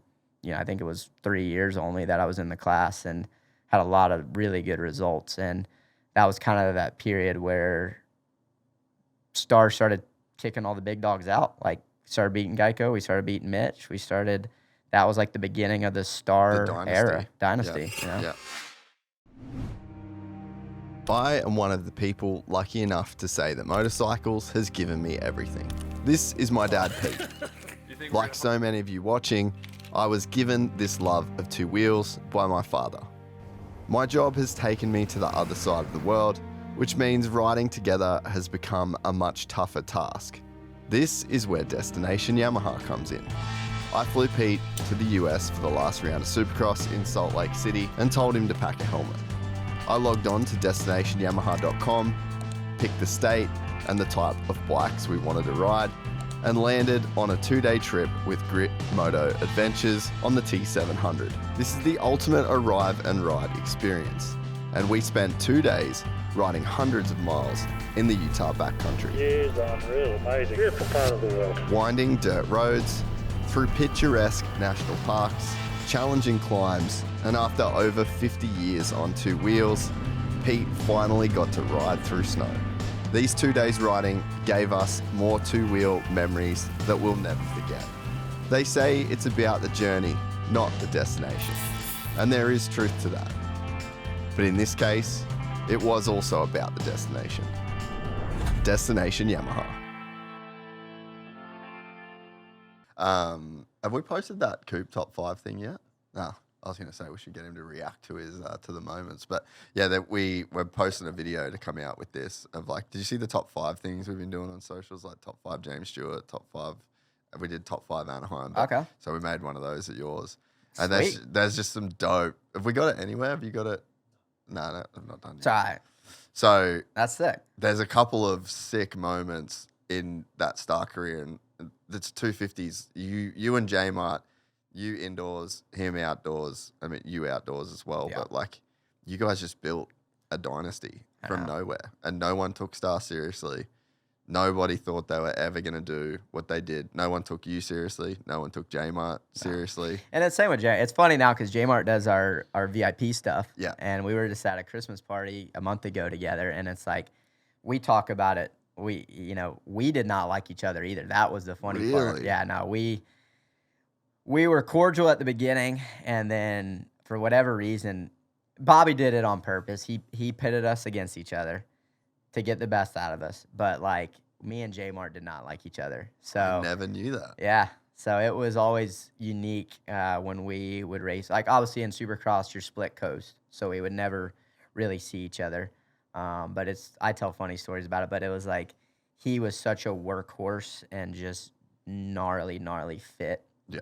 And you want to talk about like I still don't think he's super talented either. Like, a lot of people will say, oh, dude, he's heck of a lot of talent. But in my personal opinion, he had hard work over talent for sure. His talent was his athletic capacity. Yeah. In terms of what you could write on that dude's program and what he could do, dude, it's and then insane. still go and do 30-minute motos, he'll mop you. No, I wouldn't last a week. Seriously. And I've learned to train really hard and put in a lot of hours. I mean, even when he came back for his comeback tour this summer, the numbers he was doing before motos, I'm like, I told him that one day. I said, dude, you got to stop. He's like, it's just a warm up. Dude's running 10 miles before he does 240s. Before he puts his boots at on. 7-minute miles. Bro. He's like, yeah, well, I got to get ready for this marathon too. But that's a whole nother story. He's a gnarly dude. But dude, just his Millville. Yeah. No, was that one of the coolest things in the world? It gave me goosebumps. Like, it just was cool. Like I said, me and him are friends now, and we chat and stuff. And so, like, and we talked about it multiple times. Like, he helped me be the racer I am today, and same thing. I helped him. Like, we really upped each other's level, and we always were respectful, but, like, we just had that competitive, like, nah, I want to be the best. I want to be the best. I want to be the best. And so for me, from the outside, like, he was literally, like, if people don't understand, he hasn't ridden, he hadn't done anything. He was VIP, bought a bike, just whatever. Bobby calls him, hey, we need to fill in. All right, sure, I'll try it. The first two weren't good. I mean, we laughed about it at the Christmas party. His first day at the Star Farm, we always do starts in the morning. Yep. He lined up next to me. And, dude, I told him, I said, did you just forget to pull the clutch out? He just sat there. He's like, I was nervous. I'm like, yeah, buddy. You need to race next week, bud. You have to. That was bad, bro. I don't know if you would have whole shot at a C class right there. And to see, like, he struck out the first two, and I was like, hey, he pulled the plug. He's like, hey, I'm done. Like, I thought I still had it. I don't. Call it or whatever. Just please, if you don't mind, let me go race Millville. I don't care how I do. And then, bro, it was the first Moto 2, just to be on the podium. I think he got second, led half of it. And then to win that final Moto like that against, I don't care what Deeks said, like, he beat Deeks. Deeks don't let anyone win anything ever.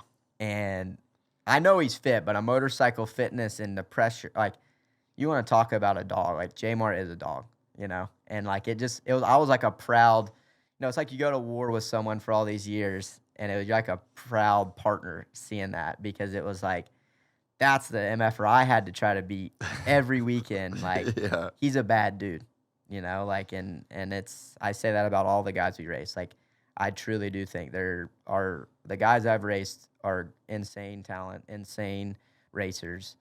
They're, maybe not statistically the best on the highest wins or championships and stuff like that, but just absolute well-rounded, like, some of the best to ever do it from a whole, like. Yeah. So it's cool for me. Like I said, I'm sure when we're all older, sitting on our couch one day, telling war stories, like, it's cool to see the guys that I've raced my entire career and how, in their own ways, whether it was 250, 450, Supercross, outdoors, how each guy was so special in their own way, for sure.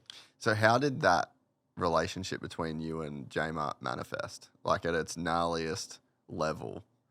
What was a day like with you guys? I mean, we wouldn't even look at each other. No eye contact. He and he laughs about it now. He would make a section behind the semi. He would put up a tent, and he'd have a fan and a chair, because he didn't want to be in the same semi, because it was like me versus him, and Swanee was our team trainer, but didn't train J-Mart, and it was just like, out of sight, out of mind. He hated us, and I hated him, to be fair, because, and I don't even know why. Like, it really just was because we both were so competitive and both wanted to be the top guy on the team, and we could just both never let it go. And Bobby just would love that, dude. Just, hey, J-Mart said this about you. And he didn't. It was just Bobby bull crapping and same thing. He'd tell J-Mart, can you believe Coop said this, boy? You know, like, just, you can't make it up, dude. So that's how it manifested. And then I do think he, like that last year, he had Myrtle, and Myrtle ain't scared of, he ain't scared of confrontation. And I think he gave J Mart the confidence to be like, no, F him. Like, you're right, you know, like, and I shouldn't say F me, but like he was maybe talking to other teams, and then there was that, and like. Oh, because then he went to Geico. Yeah, he went to Geico, and he had a DNF that summer in 16 that I won the championship, and there was a big blowout about that. Like, it was on purpose. Because he's going to Geico next year. And they wanted you to have the number 1 plate. But it was at round 3, you know, so there was just a big stir up in it all. And no surprises. Nah, for sure. And but it was fun. Like I said, when I look back. Yeah, when you look back. It was fun. And then it made me prepared when I did go to KTM at the time with Marvin, when similar, like when I started winning, all of a sudden you got 2 A guys. And it can be hard. A lot of, like, it's not an easy thing, you know. I think we saw with multiple riders, and I look at, like, Chase leaving Honda because of Jett I'm sure that was a reason. Hey, he say it won't, but it definitely was. For sure. Yeah. And even with me and Eli, like, I wasn't bothered, and I can't speak for Eli, but, like, there was always, it's hard to have 2 A's. It is really hard. So because it kind of splits the team down the middle, you know, sure. like, because you got Peanut, you got your guy, Yeah. you got your clique, you've been working with Swanee forever, Yeah. you know. When I think, like I said, because with Marv, we had the same, we did everything together. We had our run-ins as a 250 rider. Like, I mean, it was clear that I was very disruptive and, you know, was my way. And Sometimes you can be a lot, Cooper. Yeah.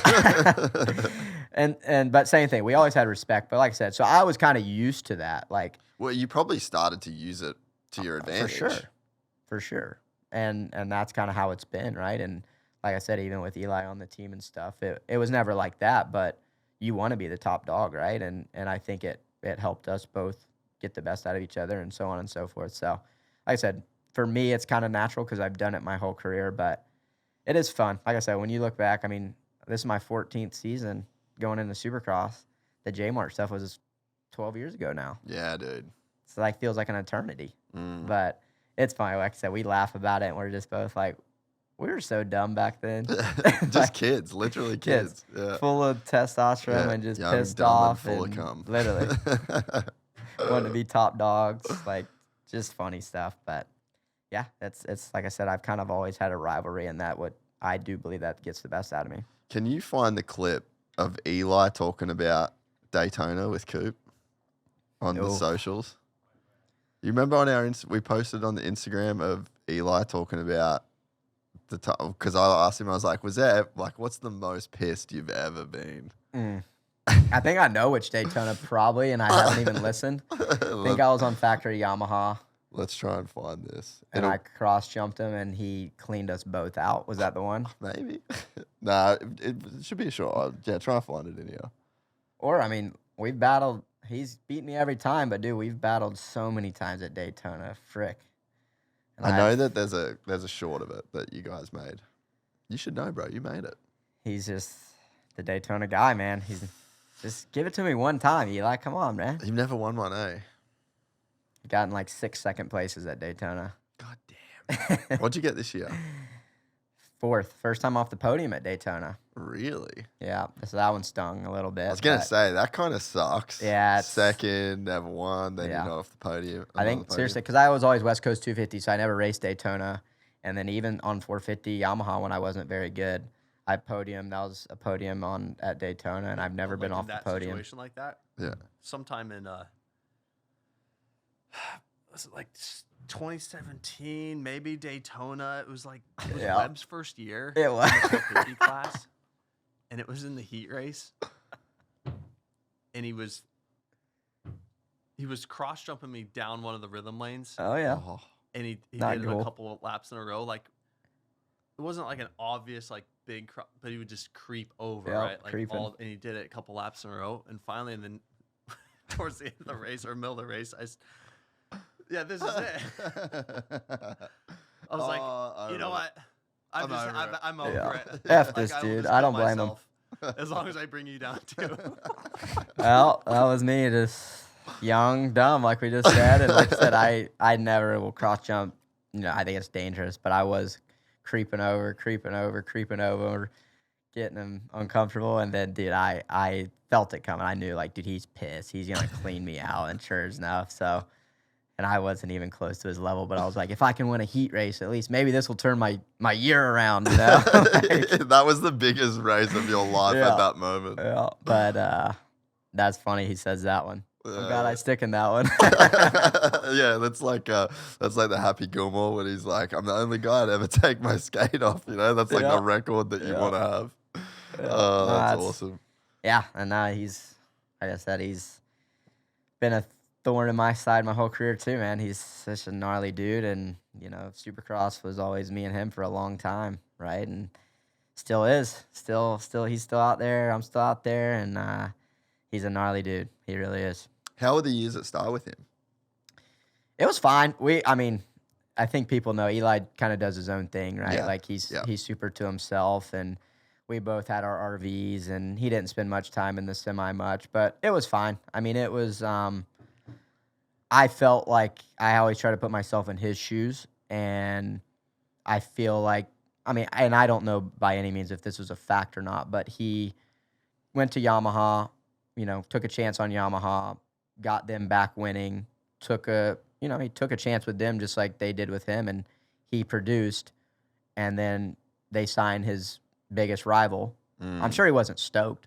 I mean, if it was me, I wouldn't be super stoked, but he never held that over me or anything like that. I mean, and I don't believe he did with the team either, but I do think it was hard because he had such a great year in 23, but coming back from his Achilles, he struggled just, I think, with the Achilles in 24, even though he thought he was good from it, but I think just physically, like he's talked about it, like it takes time to fully develop and just get those thoughts out and so on and so forth. And I think there was some frustrations from the year before.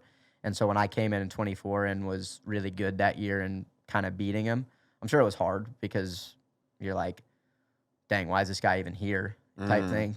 And then obviously last year, he won early.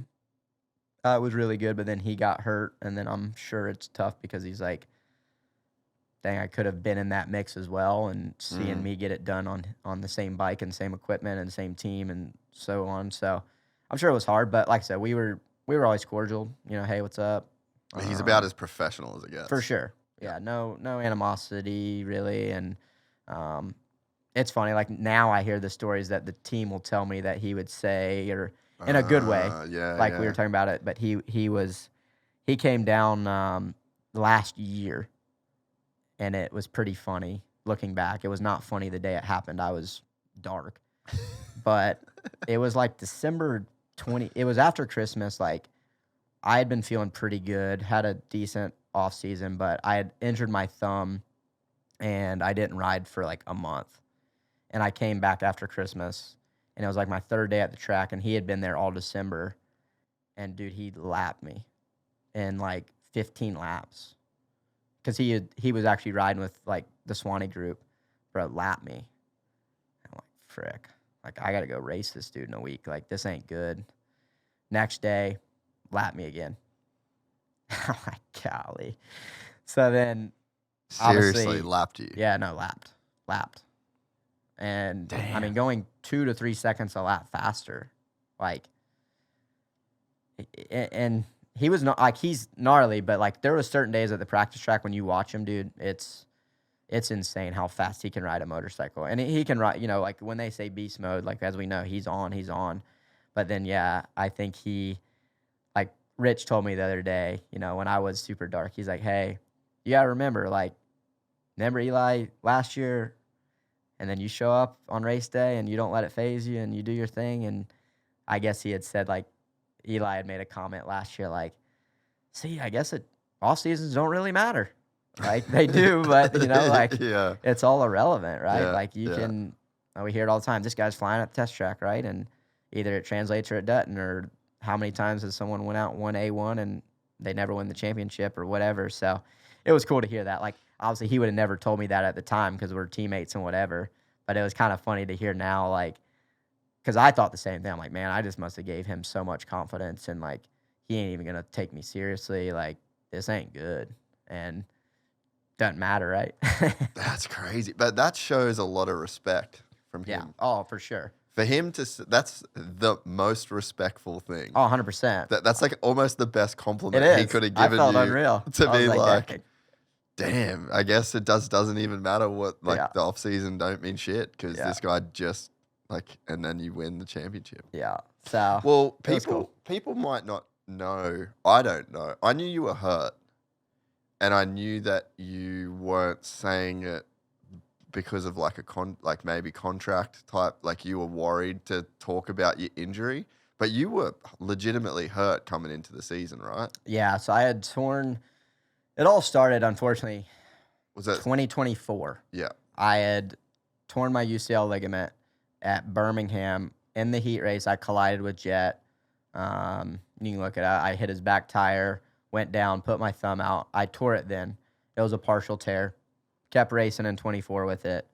And then later in the year when me and Jason in the last turn of Philadelphia got together, I crashed and I put it out again. It fully tore then. So then I thought at the time I wouldn't have needed surgery is what docs were saying. Hey, it could heal itself. It wasn't. Like, it just, when you're riding and you're pounding it like any ligament, especially your thumb one, this one, like, everything is in that joint and you're holding on. Like, it hurt. It was a very painful one. It was the same one Jett had that, you know, we all have to get it fixed. So it was a hard injury.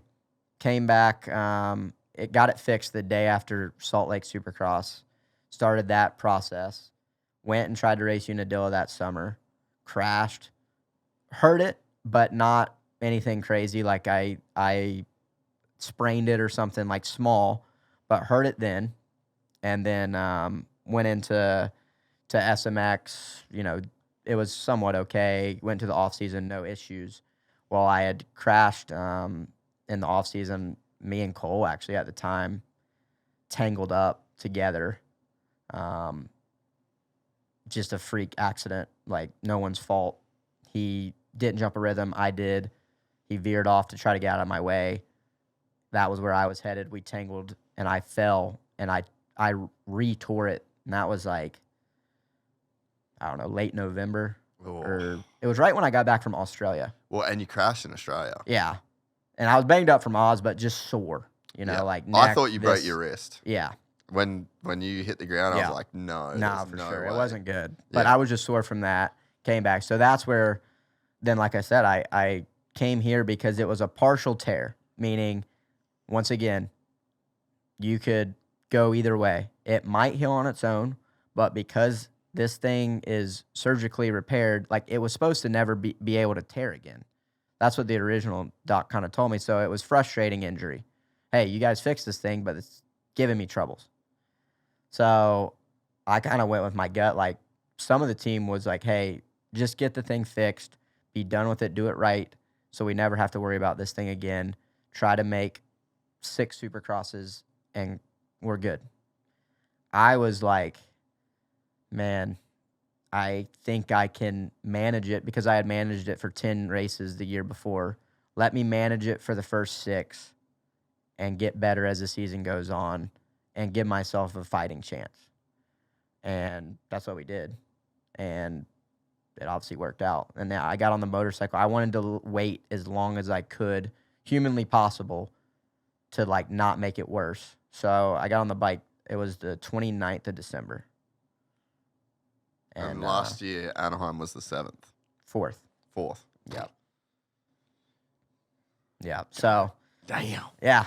And that's what I mean. Like, it's And it's you a kept lot of it stuff. quiet. Oh yeah. Well, and that was the thing is I know injuries. Like, fans want to know about injuries. You know, and now with betting and all this stuff, I think, like, you kind of have to talk about it or whatever. And that's where, like, I said contract. Like, I was scared because I know now with our betting stuff, like, I believe we're supposed to disclose for betting purposes for our sport injuries. So that's what I was saying. Is like, but when I'm racing someone, and if I know they're a wounded duck, like, I mean, it was no secret. I knew Kenny at the end of Supercross last year was a wounded duck. He likely wasn't going to go the distance because of his injuries. And I knew that. So, hey, let him go lead the first 12 laps. Like, who cares? So I never wanted anyone to know that I'm injured to give them any sort of hope or whatever. And I applaud. Like, I have a tight group. No one knew about it in 24 till late. No one knew about it last year. And as you see, there's 14 riders at the Star Farm and about 40 personnel. And no one had a clue, you know? So have a tight circle. And then, yeah, I mean, it just was one of those things, like, it worked out, right? Like, I wasn't great in January, but I got some podiums, did what I needed to do to stay in the mix. And You won a moto at Phoenix. yeah. You were ripping at San Diego. That was Yeah. round 2. Yeah. And I think 6 I won. Detroit was my first win. But yeah, like I said, I felt good. You know, I just knew I wasn't 100%. You know, and like I said, San Diego, I led 10 minutes, but that's all I had. You know, physically, when you take 6 weeks off a motorcycle, it's hard to replicate, you know, that kind of intensity. So it was an injury, though, luckily, that with your thumb, you can still run, still hit gym, still do all that stuff. So that was nice. You know, like the one I had with my knee over the summer, that one's tough because you lose a lot. Cardio, you can't cycle, you can't run, you can't. And for this fat boy here, I got to get all the cardio I can. Oh, dude. Yeah, I didn't know that. I heard you were hurt, but I didn't know the details. And I thought it was from Australia. Yeah. So, yeah, I didn't. When it was bad, too, because, like, I didn't want to, I was, at the time, it wasn't his fault, Cole, but I was pissed because I'm like, this effing rookie in Supercross should have held his line. Yeah. But he was trying to be respectful, get out of my way. Yeah. And it was a freak thing that, like, and even, like, you don't want that to be a known thing. Like, oh, yeah, this guy's hurt because he crashed with his teammate. Like, that's why you shouldn't ride together. And everyone, are, you know, they're being dumb and it was an unnecessary risk or this or that. So that's why else I think as a group we didn't really want to talk about it. And I didn't want poor Cole to have that, you know, think about for him. He's a 16 at the time. Oh, my gosh, did I just ruin this Legends season? You know, like, that ain't fair to that kid by any means either, you know? So it was a character builder, like I keep alluding to. But that's it, right? Like, you want to talk about, hey, throw in the towel, go get it fixed, and we wouldn't even be talking about 2025. And they gave you that option. Yeah. And you said no. Yeah. That's crazy, dude. Yeah. So when we look back at last year, obviously you get Jett goes out, then Eli goes out. But it's not like, okay, now I'm just the guy. Like, I mean, even Juju said when he was, like, so when Jett got hurt, Juju's like, oh, well, I just guess it's Eli and Chase. Yeah. You know, like, even then, people are just still not thinking, like, oh, Coops going to be the guy that holds the trophy at the end of the year. Like, what are the key moments throughout the year that defined that win for you? Just key races, key heat races, key practice sessions. I think just staying in it, like I just said at the beginning. You want to talk about, like, a mental challenge is showing up to a race where you know you're not strong enough physically because of an injury. You've missed laps all off season, so your endurance and bike and this and that and just that sharpness isn't there. You're showing up against healthy guys on top of their game at A1 in these first few rounds. You know, your back's very heavily against the wall, and don't lose hope. Stay in it. Stay in it. Stay in it. It's going to work out. Stay in it. That to me was a key moment. And then, I mean, honestly, once you get the first one of the year, it's like a confidence thing. You know, it does shift like that. But I never doubted. Like, that's why I lined up, because I knew, and I'll say it till I'm dead, over 17 rounds, I'm hard to beat. I don't care. People can argue till they're blue in the face. That's a fact. You know, from 19, 20, 21, 23, 24, 25. 22 is the only year. Yeah. So that's how I feel about things. And so for me, I think it got real once again. Even before that, though, like, a lot of people forget, like, Chase beat us all at A1. He had the red plate at Phoenix when Jett went out. You know, he was on it from the very beginning too. Yeah, it was literally his to lose from A1. You know, Jett going out it's a big deal, and he would have regrouped, and he was regrouping. He had won A2. Eli going out, he was in a really good spot.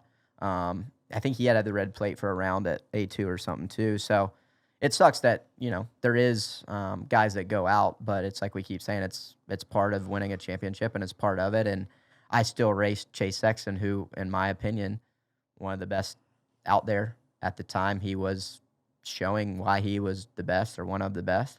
And we still have the same 10 guys we're going to talk about tomorrow on the line with every other racer that was healthy too, So once again, I don't really care what people say. I know what I went through. I know it was tooth and nail. It got even harder because at the end, we were at a level that, like you had said, we were so focused.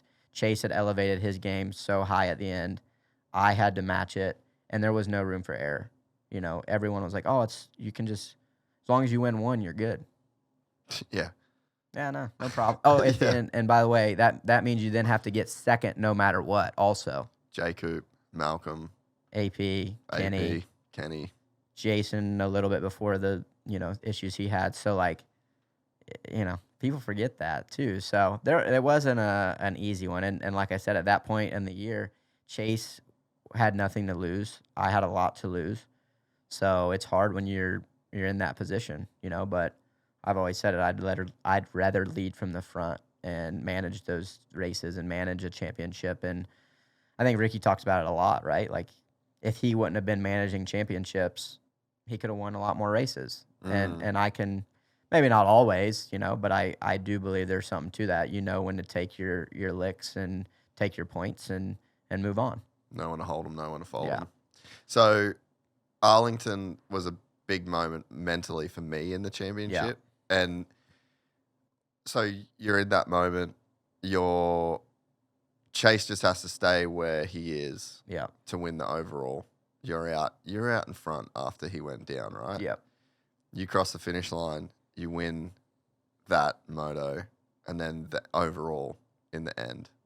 And then you see him on the side of the track, head in the fat. Like, what is that? What are you thinking in that moment? Yeah, that one, I mean, I agree that was a big turning point because we were tied at that point, and even I went on a roll after that. Like, I saw it, but I think it just went back to what I just said, and he learned it at Birmingham. The carrot was in front of him.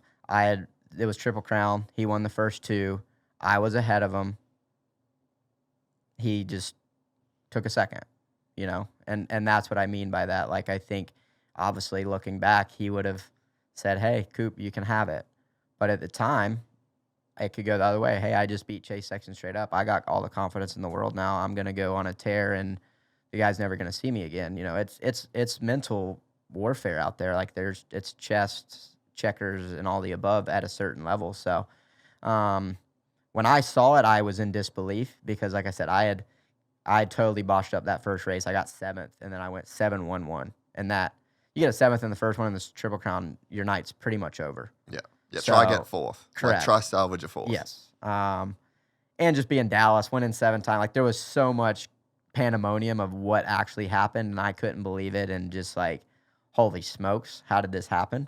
But, like I said, I knew that was going to also light a fire that, what I keep saying, when you struggle or you have some bad, you're going to have some good come out of it too, because you learn from it. And I think Chase did learn a lot from that moment, clearly. But yeah, I think it was for me, it wasn't a turning point. A lot of people do say that. I think a turning point for me was actually more before that, when I got the red plate. I think it was Indy I led, or maybe that Indy was after Dallas, but there was a span where it was like Tampa, Detroit. There was an East Coast span where I went first or second, and I felt good.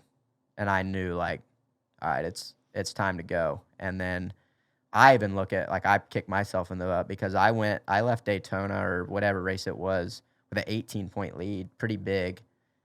Went to Birmingham after a weekend off, and I fell in the first Triple Crown once again, put my back against the wall. Chase goes out and wins. I get 4th overall, and it, boom, 9 points.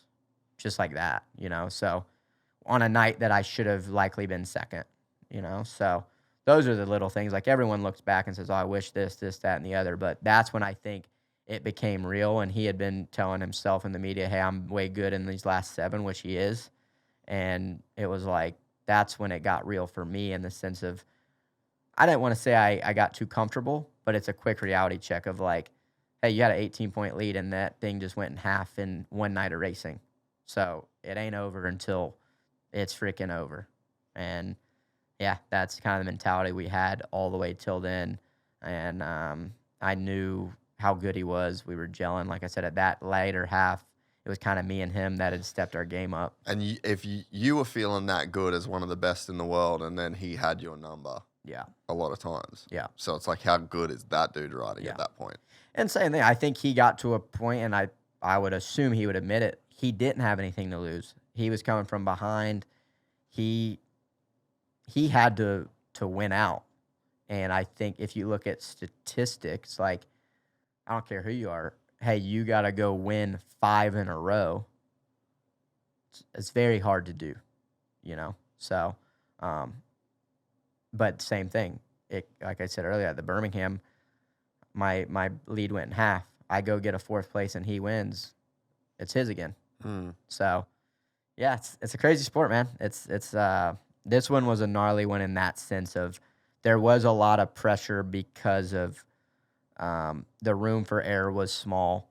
Chase caught fire late and was in a win or die trying scenario. Like, he had nothing to lose. He had a lot of confidence. He was gelling well with the bike. A lot of the tracks later on fit, you know, his riding styles, stuff like that. And even little stuff like, a lot of people don't think of it, but I do. He had Malcolm, AP as help. I had Justin as help, you know, and I was on KTM. You do whatever it takes to win a championship. Great point. There's one moment that I'll get to after this, but was it Pittsburgh? Did you win Pittsburgh? Yep. Was that the race where Chase was skimming the whoops all night, and then you jump in front of him, so you pass him? I led that one from the get-go. So you did. Okay. So you're in front of him. He's skimming the whoops all night. Maybe it must have been the heat races or something where he was just skimming, right? And it's almost like you mind fucked him into jumping the whoops. Because he had. Yeah, I disagree with this statement, and I'll tell you why. Because I've been there. You know better than me. I feel bad. I shouldn't feel bad, but I do, because a lot of people do harp him for that.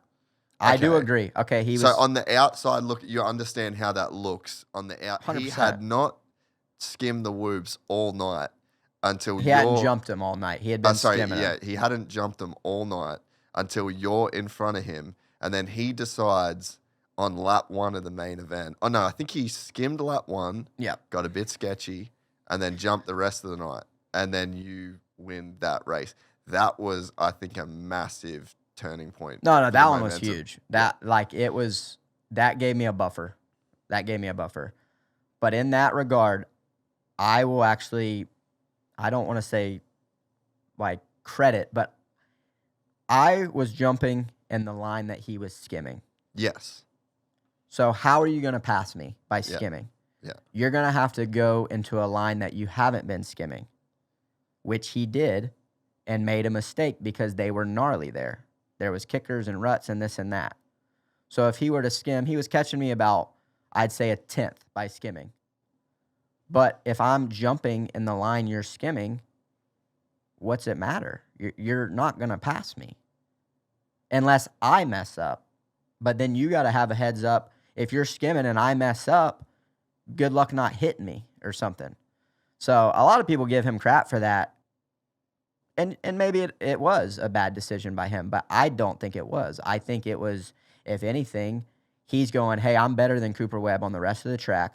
If I cannot mess up the whoops and stay the same speed and the same, not lose, and by jumping these, then I'll get him somewhere else.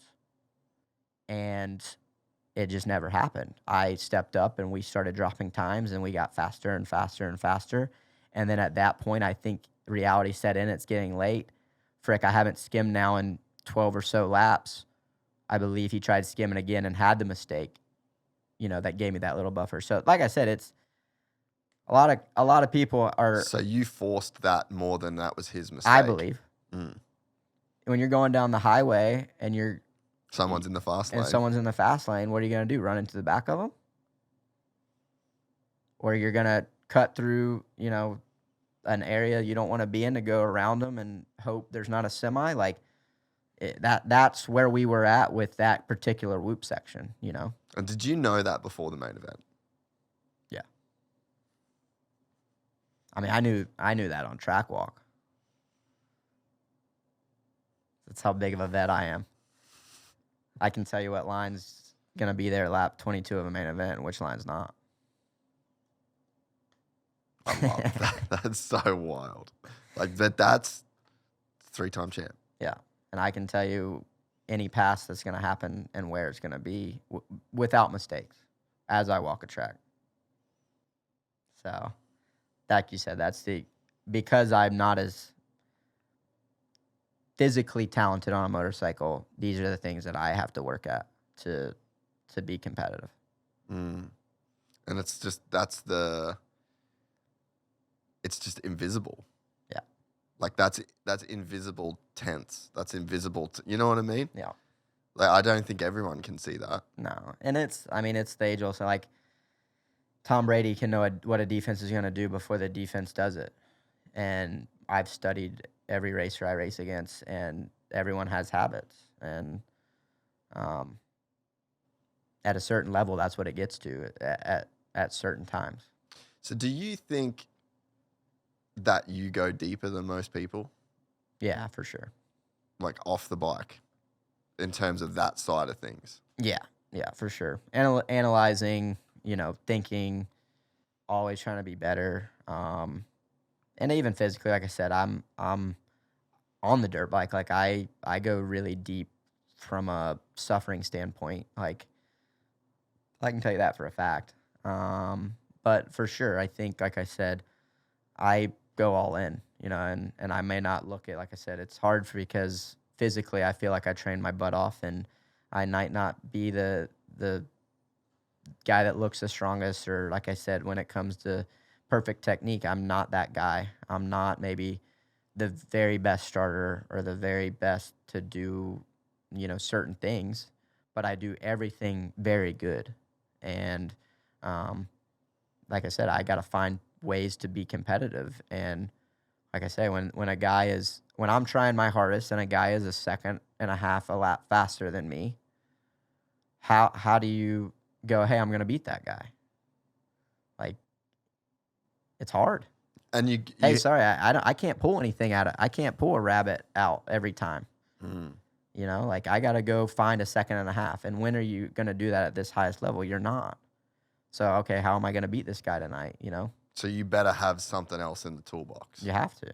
And that's where the racecraft and the experience and the, can't give all my secrets, but that's where, like, my toolbox helps me a lot. And people, I think, and I don't want to say discredit it, but like I said, I'm not the flashiest. I'm not going to go out there and win by 30 seconds. I'm not going to do some insane line that Jett Lawrence or Eli or Chase or whatever. I'm not going to throw a scrub like Kenny or, hit a whoop section like Malcolm or Jason or these guys, like I do some incredible stuff in my opinion. But we're all the best in the world, so it doesn't look as incredible when there's the best athletes out there. So that's where, like I said, it does rub me a little bit wrong when people do say, oh, he got lucky, or, hey, it's because of this or that. Like, you people don't understand how much I sacrifice and do put into this sport to put myself there. Like you said, you come to the farm and you tell me I got lucky. No, dude. Yeah. It's, I can't even explain that process. Like, I wish I could document that. Yeah. But I just don't think it could ever come across. Yeah, you know? sure. But that moment that the gate drops and you beat Chase to that first turn, and then you own that section of track. Yeah. That's it. No, it is. And there's something about, like you said, it's a cliche, but when the gate drops, the BS stops. Like, it's true. And nothing else matters but that 20-minute plus one, right? putting yourself in a position to go do the best. And whether that's a first place start or a 20th place start, you got to saddle up and you got to go out there and do the best that you physically can. And you got to do it 17 weekends in a row and 11 outdoors and 3 SMXs. And like you said, it's hard to bring that intensity and that focus and that, hey, man, I'm going to lay it out there physically. I'm going to put myself at risk. I'm going to ride out of my comfort zone. I'm going to push my body to the extreme. I'm going to hit a section that there's 27 ruts across the face and I can't see the bottoms of them because I want to get this third place because it's going to give me 2 extra points. It's a certain commitment that a lot of us do, but like I said, that extra 2-3%, that's where you get that for sure. Yeah, it's just so hard to put into words how gnarly that commitment is to make, For sure. And so there was something else on that I wanted to dive a little bit deeper into. My dad always say I give too much secrets away on these things, but so don't deep dive too much, bro. Don't. I'm just joking. You can ask whatever. God damn it. I knew where I wanted to go from there, and then you just fucking mesmerized me with that shit. You just hit, that's some Denzel. I mind after you, bro. Yeah, bro. That's some got in your head. That's some Denzel shit right there. I knew where I was going and everything. I was like, damn. It's like some training day shit. Yeah. No, I mean, and that's the level that, most guys, like, there's the 1%, and then there's the 1% of the 1%. Sure. And it's in those details. I was going to talk about Seattle because I think that there's no, the morning wood year. Yeah. Like that to me is just, if you want to wrap that up in a race, I think that Seattle race is it. And you talk about physically taking your body to the extremes. That is a place and I love it. I say it all the time. When Ricky said he's got crazy arm pump right now, I can see it in his riding. Okay. Most people that watch Supercross know what arm pump is, and they pull off the track because they gonna die. Yeah. I've been there, dude. We've all been there. And that, so I think there's a level of respect that we have as fans because we've been through that.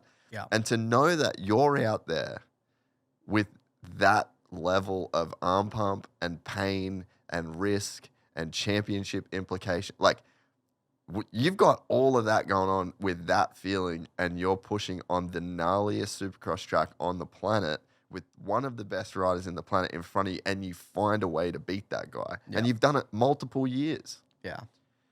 It's crazy, dude. No, it is. I mean, and like you said, I try not to toot my own horn much or whatever, but like you just said, for the people that know what arm pump is, it's real, man. And like you said, being able to go put that risk, knowing, hey, you're one wrong squeeze away from ending up in these bleachers over here.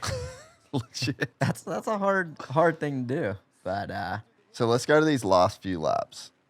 And that never say die. Like I said, it's something that my dad always told me. He didn't care what I did as long as I don't give up. And that's, I think, in something. And I don't give up, whether I'm 19th or 2nd going for a win. You're going to get the very best of me till the very end of that race, and that's something that I've always been proud of for sure. And it'd have to give you, so we're going to watch the last couple laps of this. What's crazy, like you said, we went back and forth so many times. This track was so gnarly. You're almost, like you said, at a point where it's more survival and hitting your marks, but then, right here, how's it not? See, you get excited because I'm I can pass him. Yeah. So much going on. Right arm couldn't hold on. Left thumb has left the chat. And then you get a gift here. Yeah. That was a spark. Yeah. Yeah. A gift. That was a big spark. we say a gift, but that's a spark. Right here was one, early I was jumping that wall, and the arm pump had gotten so bad that I was I'm literally going to die if I try to, jump this and give it the throttle it needs. So, as you can see, just getting freaking squirrely, clutch, brakes, whatever. He was nice there. Is he too nice at times? Maybe don't answer Nah. that. Maybe don't answer that.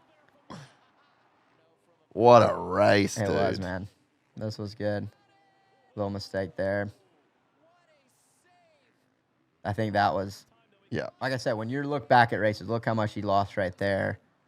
And then he reels it right back in. Dude. And I think that's what's crazy for us. Like, when How's we're getting that racing. 3? Yeah. Bro. Final lap to get that 3 with no hands. Right there, that one scared me. The crowd was going insane. I'm like, dang. Last lap, don't pull a Cooper Webb on Cooper Webb. Nah, we're good.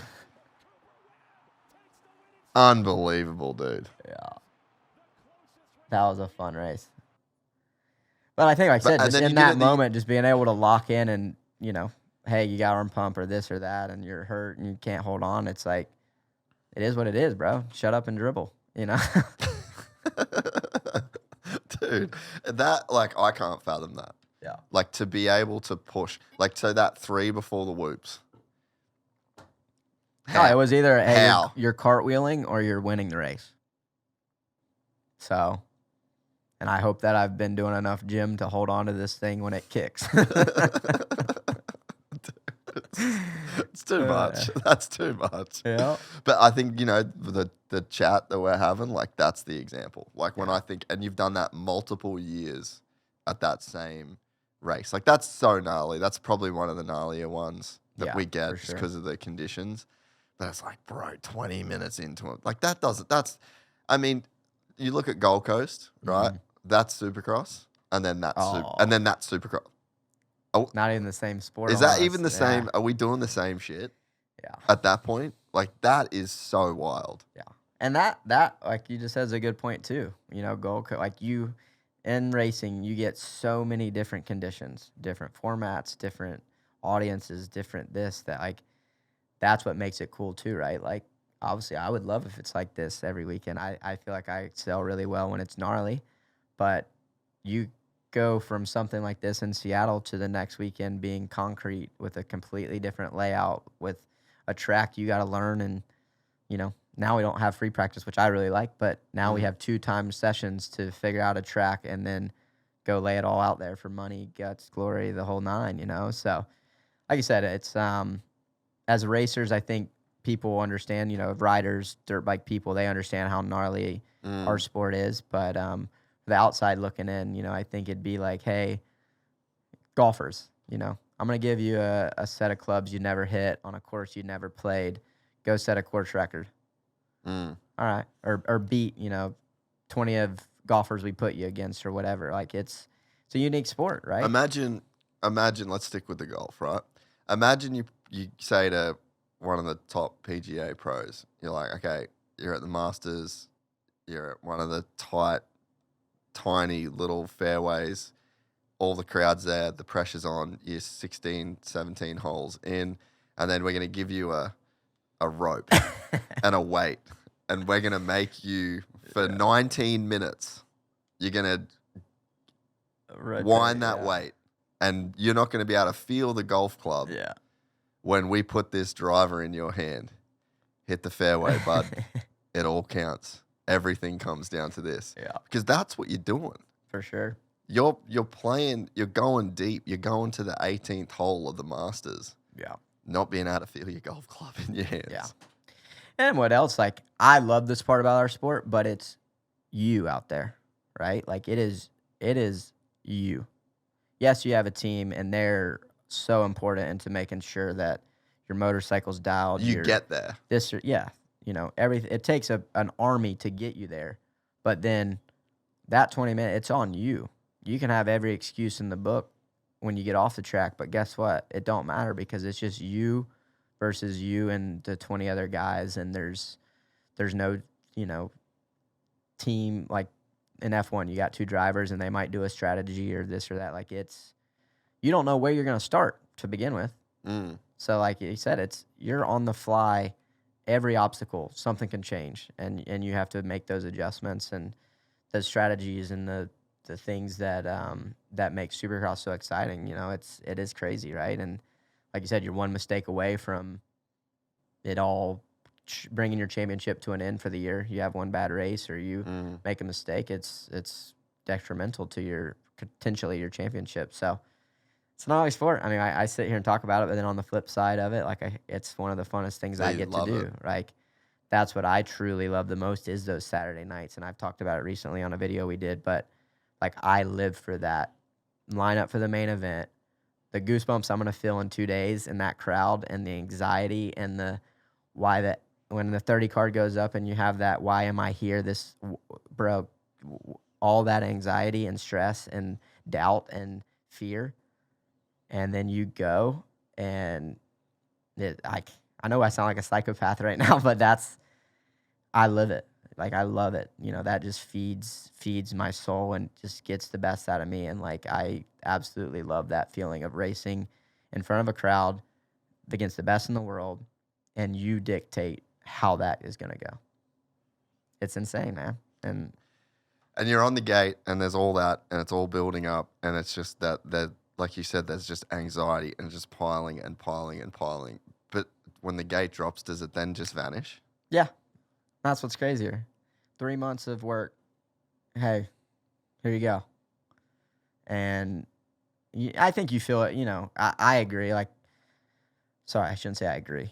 I do change. Like, it could go away when the gate does drop. It may take a few laps, like, but it is real, you know, and I think that's what else, like, people think, oh, because he's a champ or because he's so experienced, like I keep alluding to that, I don't feel the pressure. I don't have the doubt or the stress. Like, we're all human. Well, we have human emotions. I think it's there, but it doesn't affect you negatively. Yeah. So, like, you've figured out a way that it adds to the experience. It doesn't take away from the experience. Yeah. And that's not the case for everybody. No, and like I said, maybe I'm an adrenaline junkie or something, right? I mean, I know I am, but I'm just saying, like, and that's why maybe the practice track doesn't get the best out of me. Or, you know, when people get excited about, I don't know, getting a hole made in golf or, you know, an achievement at work. Like, I know that's their goal, but this is my world and what I live for. So that's what gets me excited, right? You know, is fulfilling those goals you set for yourself. So, yeah, there's nothing like it. I mean, I've said it before. I recently got into deer hunting. That's the closest thing I felt shooting a deer to what I felt winning a race. Really? Yeah. Just because it's so hard to do, and there's it's so not much even hard. I don't know why. I Really? mean, and maybe I might get some hate on that. I know some people are not against deer hunting or whatever, but most we people don't. use the meat, we eat it all, we do it right. We ain't shooting little ones, like we're doing it right. But I think it's the adrenaline that you see, and once again, it's you and versus you, and there's a lot of and I'm gonna sound like a dummy because I'm so new to it, but like, you had to figure it out, right? You had to put yourself in that situation. You had to have the deer come out. You had to lay the corner, whatever you want to do. And I mean, I know it's a silly analogy, but like I said, when you hit and the thing drops, boom, you're fulfilled and excited. And and there's like consequences. Yeah. You don't want to hit it in the wrong spot. No, and you don't want to miss. Yeah. Like and you've been out there for like Yeah. there's a lot. Again, it's the same in that it builds up to a moment. Yeah. And then once that moment comes, it's on you. Yeah. And same, like, we do a lot of cross training with running or this and that. And I've went around, you know, done half marathons or when you do a cycle race or something, and you get those victories, those feel good too, right? Like, or you in the gym or someone when they hit a goal of theirs, like, that's why I think we do things, but I've yet to find anything that replaces that feeling right there, you know, racing your dirt bike. And I recently watched like the F1 movie with Brad Pitt. Yeah. Actually on the way here. Yeah, it's good, eh? It's good. I liked it. And he nailed it where he said, it don't matter if I'm racing the Baja 1000 or the F1 in Vegas, racing and feeling that flow and that winning, it don't matter. And it holds true, right? Like, I've won races as a 250 rider that at the time meant the world, but when I look back at it now, it meant nothing. Or as an amateur, or even, I mean, it sounds the dumbest thing, but I did a J-Day, an off-road race, And I was so pumped to win a freaking J-Day. Like, just stuff like that. That racing and that drug of racing and winning and having success, no matter small, middle, big, like there's just something that brings you back. And that's why, like I said, it's us guys are going longer into it because we're still competitive, but we're also enjoying it. We're all addicted to this feeling. We're going to ride our motorcycles probably till we're unable to, and who knows what happens. So another key moment in the championship for me, you talked about AP, you talked about Malcolm, the other guys in the KTM group bikes, right? Barsha. Yep. Colorado. Sketchy, bro. Sketchy, bro. Shout out J-Coop. Bro, did you cut him that check? I said to him other night. Well, I mean, Malcolm was making it. Malcolm did you both a favor in a way because, like, J-Coop, you and him, like.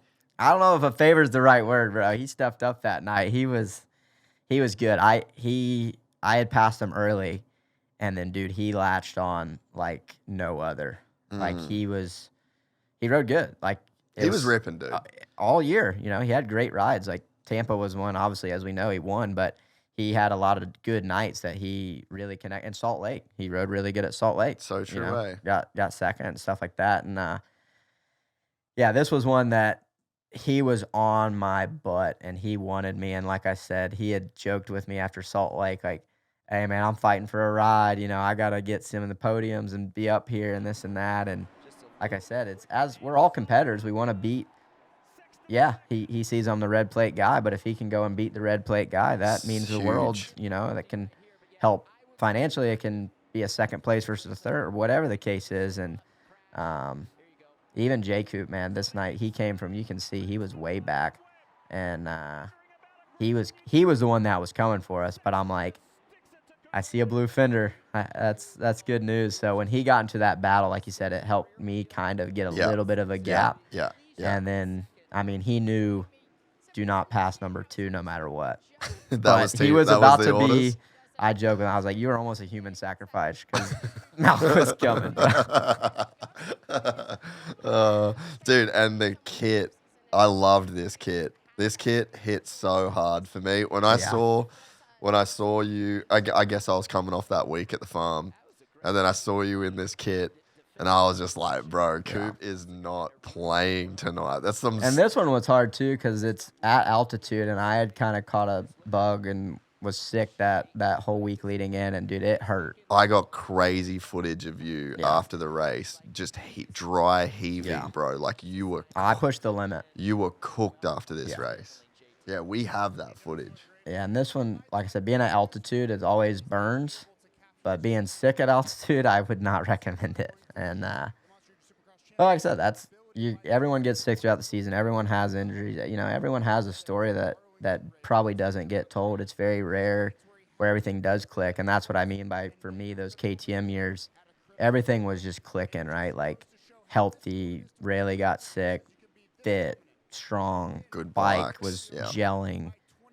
I was in a really, really good spot, to where, like I said, this one was hard. Like, it was very, very hard, from everything. So, here we go. This is where shit gets weird. Oh, yeah. Dang, I don't remember it being this dramatic. J-Coop was ripping, though. Like, this past year was gnarly. That's huge. That was huge. Yeah, he did you the biggest favor right there. I just remember the last lap, I had heard that jump. Malk, I don't think, let off the rev limiter. And I'm like, J-Coop's dead. Because the crowd he made a mistake and, like, lost the rear. And I thought Malk just killed J-Coop. And I'm like, he's not going to be happy. Because, like, right here, he could have passed. Yeah. I didn't know where to go. And then the lap is there. He could have got me there. Yeah, what are you up to right there, bro? I knew he was likely not going to get me in the whoops, but still, that jump line didn't end up working out. And then the crowd's going insane. Points, look, it could have went from 9 to what would have been 4 with these two passing me. Yeah, that little spin out. I'm like, oh no, they killed J Coop. Wow. But and that's what I mean. I went back to earlier where everyone's like, oh, just get second. Look at you there. Yeah, I was done. Dead, bro. I was done. Yeah, we're going to find that footage, man. Do you remember seeing that in the footage? Yeah. It was in the Cole It's video. in the Cole eh? video. Yeah. You were just done, bro. I didn't know you were sick either, like at the farm too. Yeah. So that was huge. That was a massive, massive turning point. Yeah. As well. That helped Salt Lake a lot. Honestly, obviously it let me get that 4th place, but even then, like I said, it's something where when you need to do something, like I was expecting to go to Salt Lake. My mindset was, hey, we're going to Salt Lake, winner take all, so be ready for that. Yeah. So I think this one, even though it wasn't a, hey, you're let your hair down by any means, this one was, we got some room, and I felt comfortable going into Salt Lake with a little bit of a buffer versus winner take all for sure. Yeah. And but once again, it was a good series, man. Really was.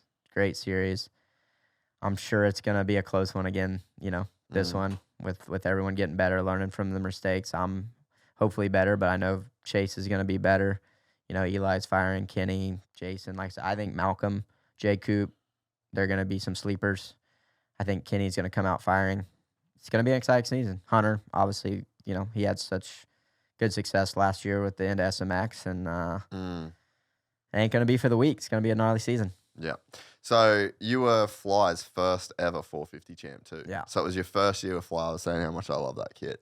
So Yeah. first year with Fly, and then you get the championship, and you're their first 450 champ. Yeah, and that was special too because I'd been Thor for forever, and for me this was an awesome opportunity. I was looking for a change. Fly was looking to take that leap, and I obviously it's no secret financially I was a big risk for them to land a 450 champion, and they did, and obviously our relationship was awesome, and we had sick kits, and I feel like I looked really nice, and I was happy with our partnership, and it was a long-term deal. But it's nice to deliver year one, right? It's one thing to talk about it. Hey, I can be your 450 champ and asking this and for the that. cash. Yeah. But to do it is like, heck yeah.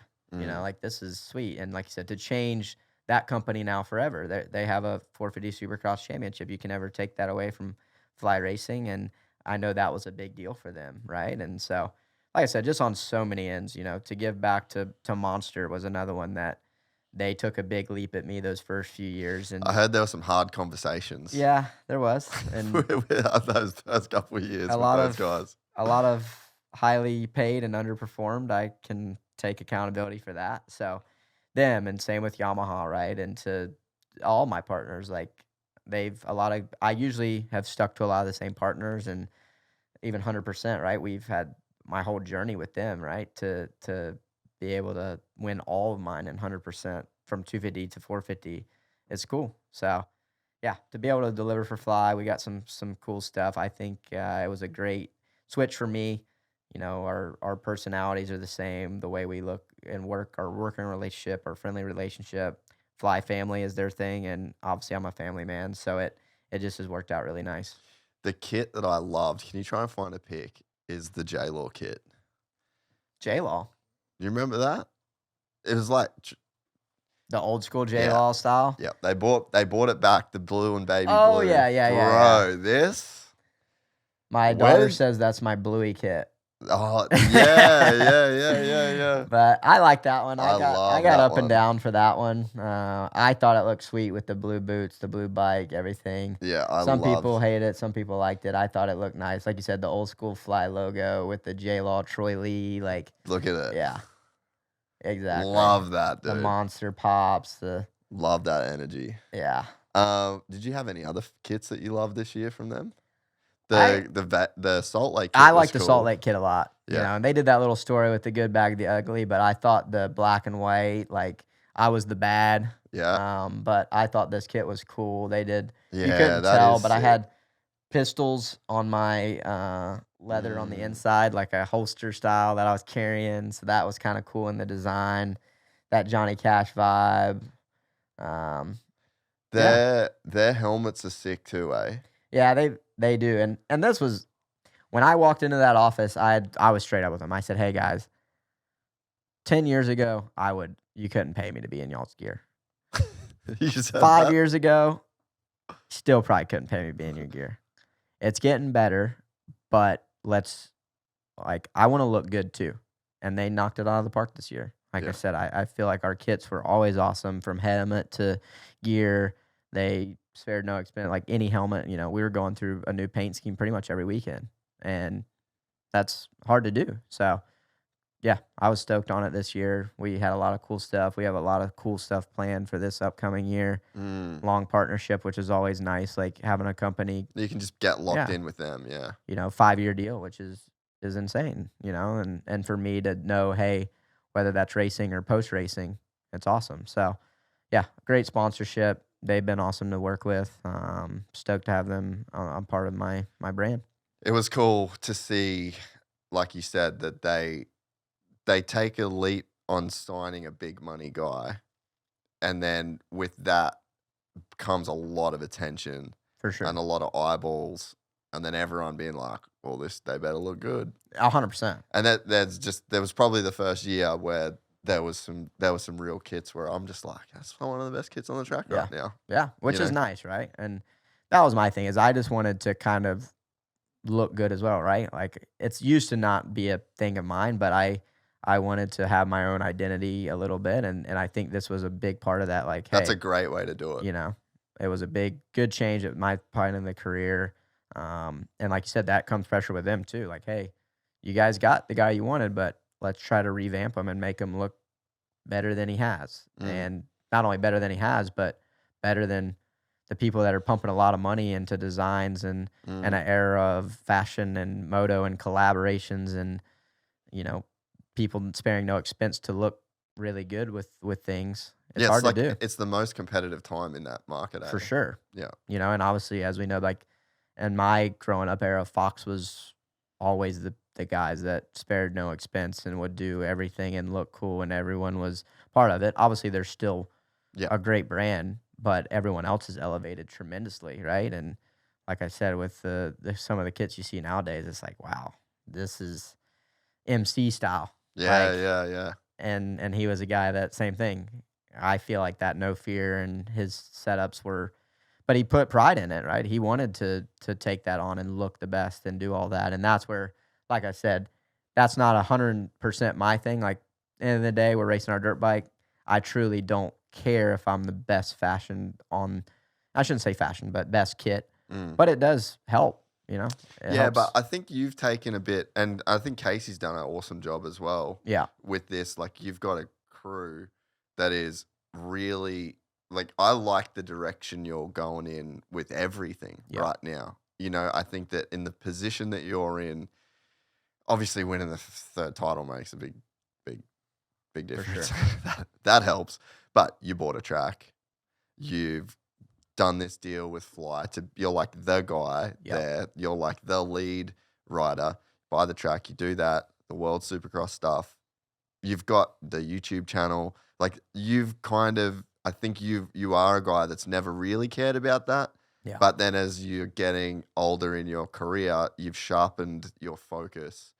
And the focus now, if this is the last championship that you win, you've kind of set some dominoes up to fall for the next 10 years that make you a guy that is going to be very important to the sport. That hasn't always been the case. Yeah. We haven't always seen guys do that. Yamaha's probably going to be really good for that. Like you see they've got some great ambassadors. So it's like, it almost looks like even in the peak where you're still winning championships, you're now laying the foundations for the future in a really positive way. And like even the YouTube channel, like we haven't even talked about, but that's like that's a sick move to make at this point in your career. No, I appreciate it. And you're right. Like we wanted to last year, but we wanted a big restructure, right? Like, hey, Cooper Webb is a champion. Don't get that mistaken. Yeah. He can go win championships. He's still capable, and that's his goal, and that's what he's going to do.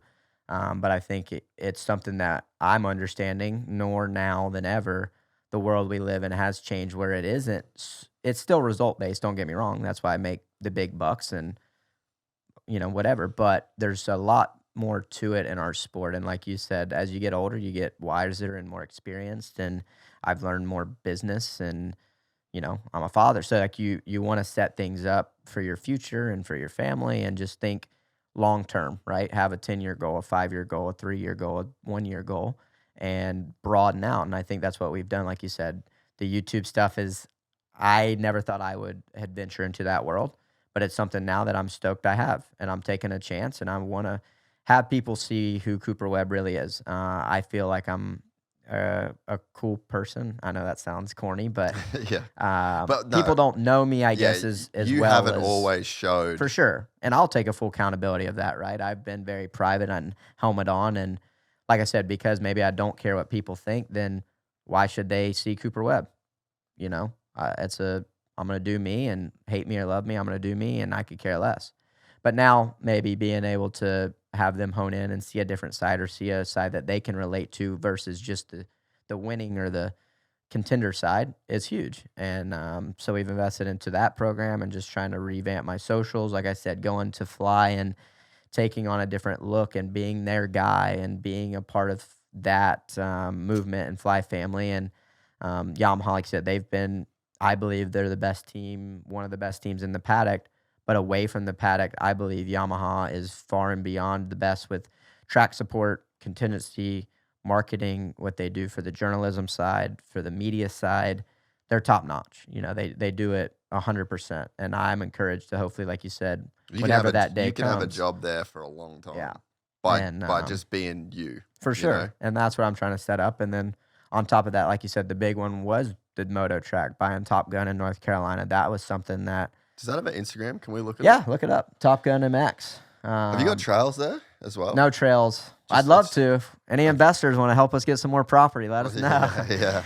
No, it's a track. It's in North Carolina, outside of Charlotte, and it's just your local heaven. Honestly, it's a 25-acre place with a moto track. We have lights.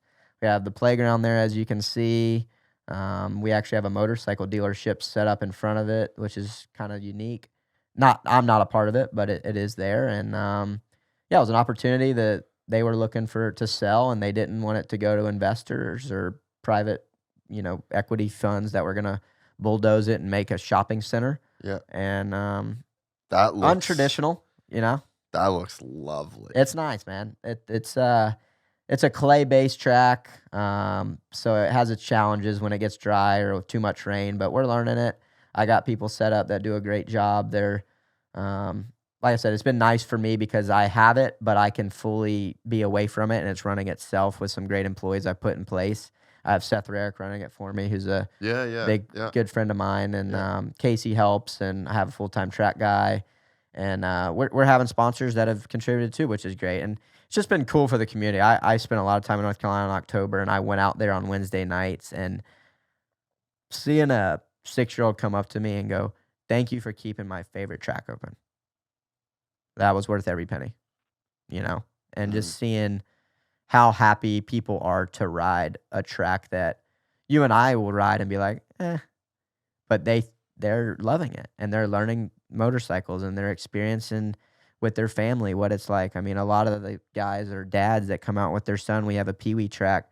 Their kids ride their little Stasics or their P-dubs on the Pee Wee track. The dad goes motos, and I mean that's hard to beat from a emotional side away from racing. When I saw that, it was like it's a cool feeling. And we need that. 100%. And that's unfortunate. Like, we're missing it, right? We're missing the grassroots. It's hard to run, and don't get me wrong, it's stressful, and it's a lot of money being pumped into it, and I'm hoping it pencils out. But at this point in my life and stuff, it was just an opportunity that I took a chance on, and trust me, I don't think anyone was like, "Hey man, that's a good idea, go buy a track right now." But it was something that was special to me, and it still is special, and I want to grow it. And North Carolina as a whole, like I said, it holds a special place in my heart because I came from an area that didn't have tracks. Yeah. We had a few backyard tracks, and that was it. So if this can be the backyard track that is open weekly and twice a week and offers some training or helping of a young rider get better, or a man that's 50 years old that wants to learn the fundamentals of riding a dirt bike, and he goes out and tells everyone how cool riding dirt bikes are, then that's worth it, right? And so it's been special. It's been something that, like I said, it has its challenges. I try not to micromanage, because it is something that I'm super passionate about and I want to be involved. And I try to be as much as I can, but it also don't want to take away from racing and right what's around the corner, which is Anaheim. But it is special. And like you said, one day when I'm done racing, it'll be a cool place to hopefully bring my kids and my family and us have a good time riding on dirt bikes. So good. We should do some kind of event there at some point. Oh, we should do we're all about it. And that's what's cool is we have there. that. Yeah. Yamaha's gonna support us. Like, they're all about doing whatever we want to do. We're gonna host some races. I mean, that's the beauty of it. You want to do it, whatever, we can do it. It's 25 acres of fun and a track, and we got dozer, skid steer, water truck. Like, we can do whatever we want. So I know the owner. I'll get you in touch. That's so good. We need to bring you a quick word from our sponsor, Motosport.com. I got a YZ450F that I got some upgrades to do. You know exactly where I'm going. I'm going to need some help with customer service, so I'm going to chat with a gearhead.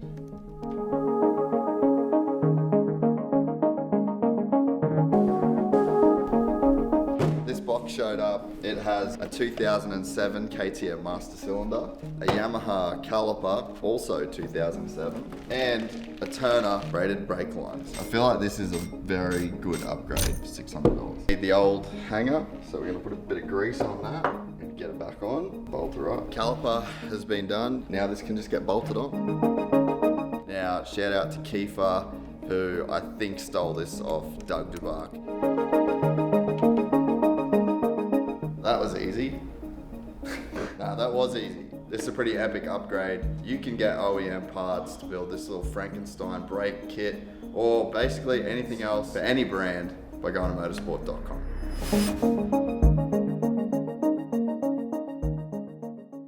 So, as far as your future goes, I can see you being a World Supercross guy. Yeah? Yeah. When you decide that you don't want to do 31 races anymore, and you want to travel the world, get paid good, do some fun races. Like, I think this year was pretty key for them in terms of figuring out whether, I mean, I was on the fence, like, honestly. Yeah. Like, I've been pushing it for the last few years, and, like, because I want it to do well. Like, I look at you, For Barsha, sure. Malcolm, like, hey, there's a whole bunch of 250 boys that are ripping, that they're going to move up, and they've got to be somewhere to go. Yeah. And, and there's a lot of guys that it's happened forever. It's just For sure. there's a rotation of guys, and there's been nowhere to go. Yeah. But now there is a place to go. And I think this year, this was a bit of a linchpin year for me. Yeah. I was like, if they can't do it this year, they can't do it. Yeah. And I they agree. actually did it. Yeah. And it was as good as, I mean, you were at Gold Coast. Yeah. Like, bro, Goldie was sick. that was one of the coolest races I've ever been to. And obviously, I'm going to have some feelings towards it because I live 5 minutes down the road and I want it to be successful. But, bro, objectively, like, when was the last time you heard a crowd that into it? Yeah. And No, for sure. And like you said, it was something where I think it's special when you go to a place that hasn't experienced Supercross, right? That was the first, it sounded like, the first real Supercross at Gold Coast. Like, they have Australia series and stuff, and even that series looks great. It's growing popularly. The OzX Open, sick event. I've been a part of it a few times. It's been sold out at 50,000, and that energy was insane, like insane. So it's cool when you go somewhere new. Obviously, I'm biased because I think Australia is one of the best places in the world. I'll give you that. I enjoyed it. But getting back to the series, I think it's good for, regardless who it is, it's good for the sport in the sense of creating opportunities, right? Yeah. And it's not just for riders. Yeah. Mechanics, like the track builders, like literally 100%. everybody, And I agree. I obviously, I've had success outdoors, but Supercross has been where I'm better, and I'm a specialist at Supercross. And I believe if I could do, a US Supercross and another series where I specialize in Supercross, then I think that makes more sense as I get older and travel and taking my family to these cool places and whether it's just in Australia or around the world. And that exposure that they're growing, I think even this year, obviously it's going to have its bumps and bruises, right? I'm not saying, oh, World Supercross was the best Supercross I've ever been a part of. It's just that, I had a great experience. It was a great time. They still have a lot to learn. Don't get me wrong. Oh, yeah. They need to get better. We need to get better here. There's always a evolution of everything. But I do, like you said, they laid some important fundamentals. I know they're committed to next year. And like I said, even the Australian series, when I look at that one, it's a prominent series as well that looks as good as ever. So it's good when we have options as racers, as mechanics, as whether you're a young rider too. You're talking about us old dogs. Send the young bucks over there. What about... They race 9 times a year in Supercross. Let them go race 6 more times. What about Kaiser Wolf? Yeah. Like the guys in Europe that are never getting a chance to race Supercross. Yeah. That can't just jump straight in. Like Caroli was saying that he's like, man, he had a chance to race for Yamaha of Troy. Wow. I think 06 or 07. I can't remember what year he said. That would have been crazy. Dude. But he's just said, like, I didn't think I could do Supercross. Yeah. Even having that. Like, yeah. Well, and it's even like Max. He's saying, he's told the story. He's from England. Hey, we just know GPs.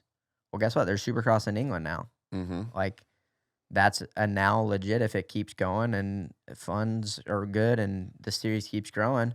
A kid's going to grow up going, hey, I want to be a Supercross racer, A, either in the States, or B, here on the World Supercross Tour because it's in my home country or this and that. So, like I said, it's unfortunate that there has been some pushback and some animosity with, as we could go into details or not, but there has been a lot of pushback. And it is hard because, like I said, the U.S. Supercross, and I think even Worlds would agree and Australia would agree, U.S. Supercross is and will always be the premier.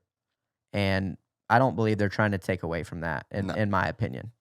They're just trying to do something different at a world stage. And there's North American budgets, and I get paid to win AMA Supercross, but I don't see why there can't be a world that we coexist, and I can't be paid to go win AMA Supercross and the next other series at a Supercross level. I don't. It's a different tradition, and it's going to break the mold, and people will say whatever they want to say, but it's the truth. And if that keeps me around 3 years longer, or if, like I said, I can go and win a different championship at a lower level, I'm sorry, but that's probably going to pay me more. That's probably going to bring me more motivation. That's probably going to be more exciting to hold my trophy up in front of my daughters and go, hey, daddy won tonight. They're not too stoked when I go 5-5 at a national. And and that's the truth. Like, I freaking love outdoors. I just haven't been successful at it, as I'd like to have been. Even though I've won the championship on a 250, like, it's just hasn't been as successful. And I'm all about going out this year and trying to do the best I can. And I've been vocal, like, I think I can go and be a podium guy, but it's getting harder like anything. And with SMX, it's a great payday, as we all know, but it's a different kind of track too. It's a hybrid. It's 3 races. It's exciting, but it's different. And it's, from my experience, high risk, very high risk. Reward, but very high risk. I think you could ask all the riders, hey, do you enjoy these SMX tracks? Don't think any of us are going, heck yeah. And that's just the truth. There was one day, though, where you were the best 450 motocross rider on planet Earth. Beat beast mode, 1-1, baby. Bring it back to me. You want to play a clip? I was joking. Like, I have so many 4th and 5th outdoors that I'm like, if only that mattered. 2019, Cooper Webb was... You remember the scrub past Roxon before the 2 up the hill? That was another time you beat Roxon by like this much. Late. I know. Look at this. This was the day that Cooper Webb was the biggest animal on planet Earth. Yeah, it was a good day, man. It was a little muddy in this first one, but even that, it was like... The white kit tells you had some feeling of confidence. I agree. But yeah, now this was a year, like I've said it before. I think this year was, at the end, it started to get really good. I was getting Moto podiums. I won Millville. And then after this race at Dilla, I actually hurt my knee. But 2020, when it was COVID year, I had it was weird. We had a break, but I had a really good off season. And me, Zacho, Marvin, and Baggett were actually all riding together. We would go ride Blake's, and he would come ride Eldon's. And I was really good. I was very competitive. Like, there was a lot of times where I was, believe it or not, one of the best guys. So I had a lot of confidence. And then, like, 2 weeks before we went to Loretta's, I somehow tore something in my back, like a ligament or nerve, something. I had sharp pains that would just go numb, and I ended up having to get it surgically fixed. I guess I had pinched something in my back, and I raced Loretta's. It blew out on me, and I had to go get it fixed. So that one was tough. And then, like I said, won the title. Yeah, and Zacho won the title, and like Blake was great that year. Marv was great that year.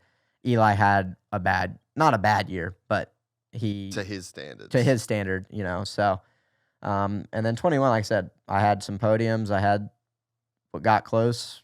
I almost won Hangtown that last round. 22, I didn't do it. 23 was not many guys, but I had a few podiums and didn't end up finishing that season. So it's outdoors has been harder on me for sure. But I think that's probably. I mean, this was sick. This is such a good battle. I'll get back to that. Back to that point. Look at this. This was sick because look at him go, the big fella. Little scrub. Who is that guy? Yeah, what? And then I think you do falling too. Yeah. I think it's gonna show up, but then I was able to pass Kenny right here. Yeah, a little tip over. Yeah, Kenny tripled it. And then I think 2 to go or last lap. Ooh, that ain't good. Oh, hey P, where you at, boy? Cowboy. Yeah, cowboying for real. But this was a good day, man. There's some good clips in this. That kit is cool. All right, here it is. Last couple laps. How are the arms right here? Good, actually, bro. Really? I think it was just, like you said, for me this day, I was just on for whatever reason. Like, flowed with the track, good starts. Track was pretty gnarly. I had my carrot in 94. We were hella rivals at that point in our career, and he had the carrot in front of me, and it was dangling. Can you believe you went surfing with him? I know.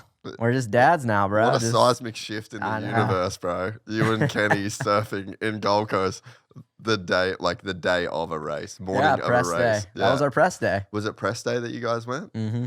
That's wild. That's how I was joking. I was like, man, the last press day I went surfing with Kenny. I don't know if we're going to do that this press day here. Yeah. No, not out the front here. No. Nah. But, that was a good day. Like I said, it's overall, we talk about it throughout the pod, but I've had a heck of a career, you know, outdoors, indoors, 250, 450.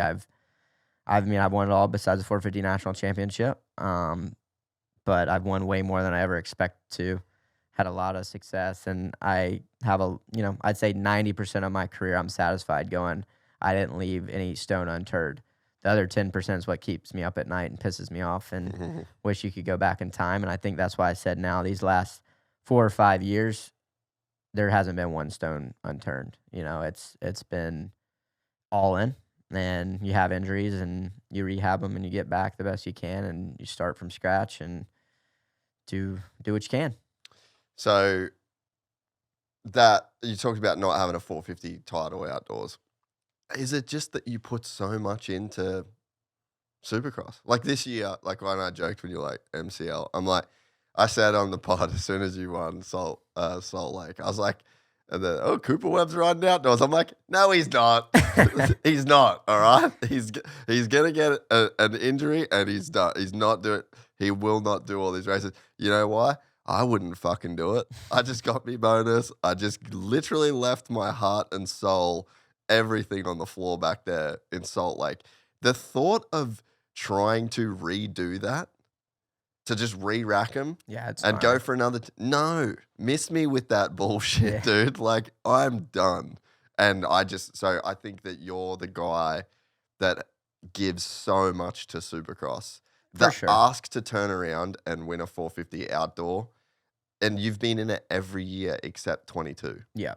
I can't see a world where it's humanly possible to have that same energy for the outdoor season.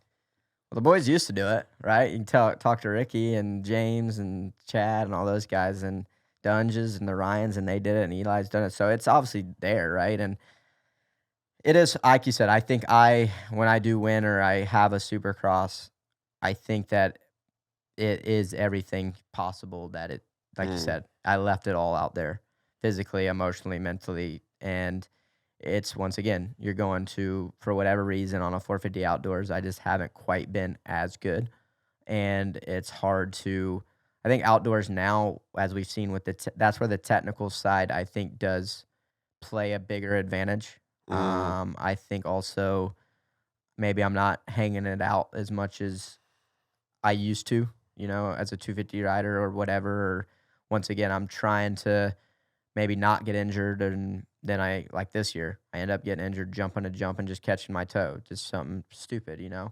But same with that, like I'm still, I remember like this summer I was beating sometimes RJ. I would battle AP.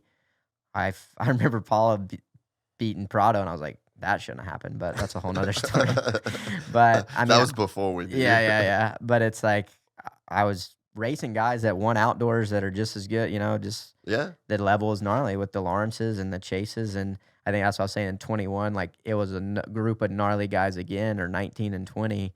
But now we have just, once again, 6 or 7 gnarly dudes that can win outdoors as well. And it's just hard, it's hard to do. And I think, like you said, the motivation is always there, but it is hard, when you're winning and it's coming natural versus you're training just as hard, you're beating your body up just as hard, and you're going out and getting a like I said, for me, a 5.5 is a good day.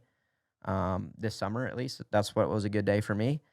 It's almost like, dang, like it's tempting because it's like, hey, I could slack off a little bit and just go 6.6. What's the difference? I could be on the boat. Or you go that option, right? Like, hey, I could, be with my family or whatever. So, like I said, I was proud of myself. I gave it a real honest effort this summer, after winning as well. It was hard to, I've said it forever. I actually think for the guys that do well outdoors, they usually lose Supercross, honestly, and then they have just gnarly fuel for the summer. But it's no excuse, like I just said. All the guys, Ricky's and Ryan's, they did it no problem and could just do it. But maybe that is why they're also, we talked about earlier, they retired at a certain level too. Yep. And that's where MC, I think, is the one that proved, like, hey, everyone said he was a Supercross only guy, then he goes out and win outdoors. That's gnarly. That's gnarly. Like Ricky, love the guy. He never lost the outdoor title. He is insane. But that's who he was, right? Like, he didn't struggle outdoors and become better. Like, I tipped the cap to, honestly, like I said, a Chad Reed or a MC that won outdoor titles when, once again, they probably shouldn't have, looking at their career path. So, yeah, it's never over, bro. It's never over. But I am with you. It's hard when 2026 outdoor champ, Cooper Webb. Wouldn't go that far, but it is something where I do want to give it my all because, like I said, at the end of this year, I want to extend my partnership with where I'm at, but it's the last full season of my contract. And so you can't see yourself doing an outdoor deal going forward? Probably not, honestly. Fair. Yeah. I could see it. The dream would be if the World Supercross does, because they want to go to 8, they do 4 during outdoors, they take a break through SMX, and then they do 4 after, or they do like 3 and 5, or so they give a bit of a window so that they don't mess with Super Motocross. You can still get in there.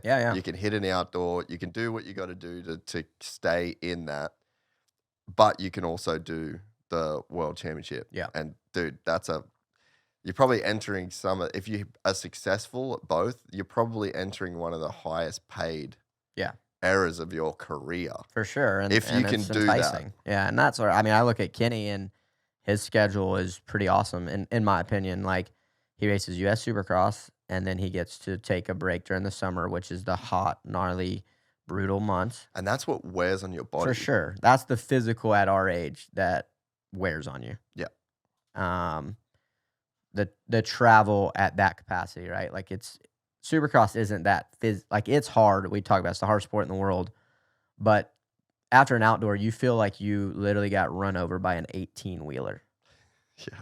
And then you do that again and again, and you're traveling, and it's that time of the year, and you're in Florida, and you can't even walk outside without just dying of the heat. Like you said, it's a whole nother level of suffering. And then you're just late in the year where the body is just tired. I mean, that's just the bottom line. It don't matter how fit, strong, whatever, you're just tired. And so, like I was getting at, I think that schedule of like doing AMA Supercross, you're done in May, you let the body kind of recover, you still train during the summer, you ride when you want. Like you said, you do if the World Supercross does start in the summer, you start preparing for those, you do the first leg of those, and then like Kenny's always been really good at SMX. He builds into SMX, he goes and he does World Supercross, he wins that championship, and then he comes into the US Supercross ready to go. And I think from a training load, like, it's a much more manageable position, and that's just strictly speaking off like what I believe. I can't say that for a fact, but May, June, July, August, off of racing, or maybe you start back racing in August or whatever that schedule. I don't know the schedule. You would know more than me, and then you do the SMX, and then you don't have to stop after SMX because you can still ride Supercross and keep going, and you can just keep that steady keep pace. the momentum. Yeah. For us now, we get 2-3 weeks off, and then you got to ramp it back up. It's like you never stop anyways, So anyway, like I said, I mean, 100% transparency. I'd love to do that. And like I said, there's series right now that start in October and end in November. There's one we just saw with World Supercross where they ended early December. But if they did want to venture into the summer, you got to be smart, but I agree. You don't mess with US Supercross and then try not to mess with SMX now. Just simply I can go get 5th place and make $150,000, dollars from the purse. So you don't want to get in the way of that and contractably and whatever. So like you said, another series, US Supercross SMX, earnings are good. Yeah. So let's go just before we get you out of here. I want to get a couple hot takes. Okay. The Deegs. Yeah. Can he be? Why'd you sigh? Huh? You sighed. I didn't sigh. You put words in my mouth, bro. Why are you trying to start? I can't get you canceled, dude. Why are you trying to start? What did you say about these? I try to cancel myself, bro. I'm joking. Privateer thing. I just try. I try my hardest. Yeah. What should we have? Privateers? Nah. Can Deegs be the guy? Like, so you say, you've said Jett's going to be like the best that's ever done it. So you make that statement while also seeing Deegs ride every week, and you've seen him ride the 450. Is that statement taking him into account, or like, do you think that Deegs has to make a jump to get to that level? I don't know, honestly. I can tell you what I do know. I am around him every day, and hate him or love him, he is a champion. He has every attribute that a champion has. He hates to lose. He ain't scared to work, and he's not scared to learn and adapt. Will it be a challenge getting on the 450? 100%.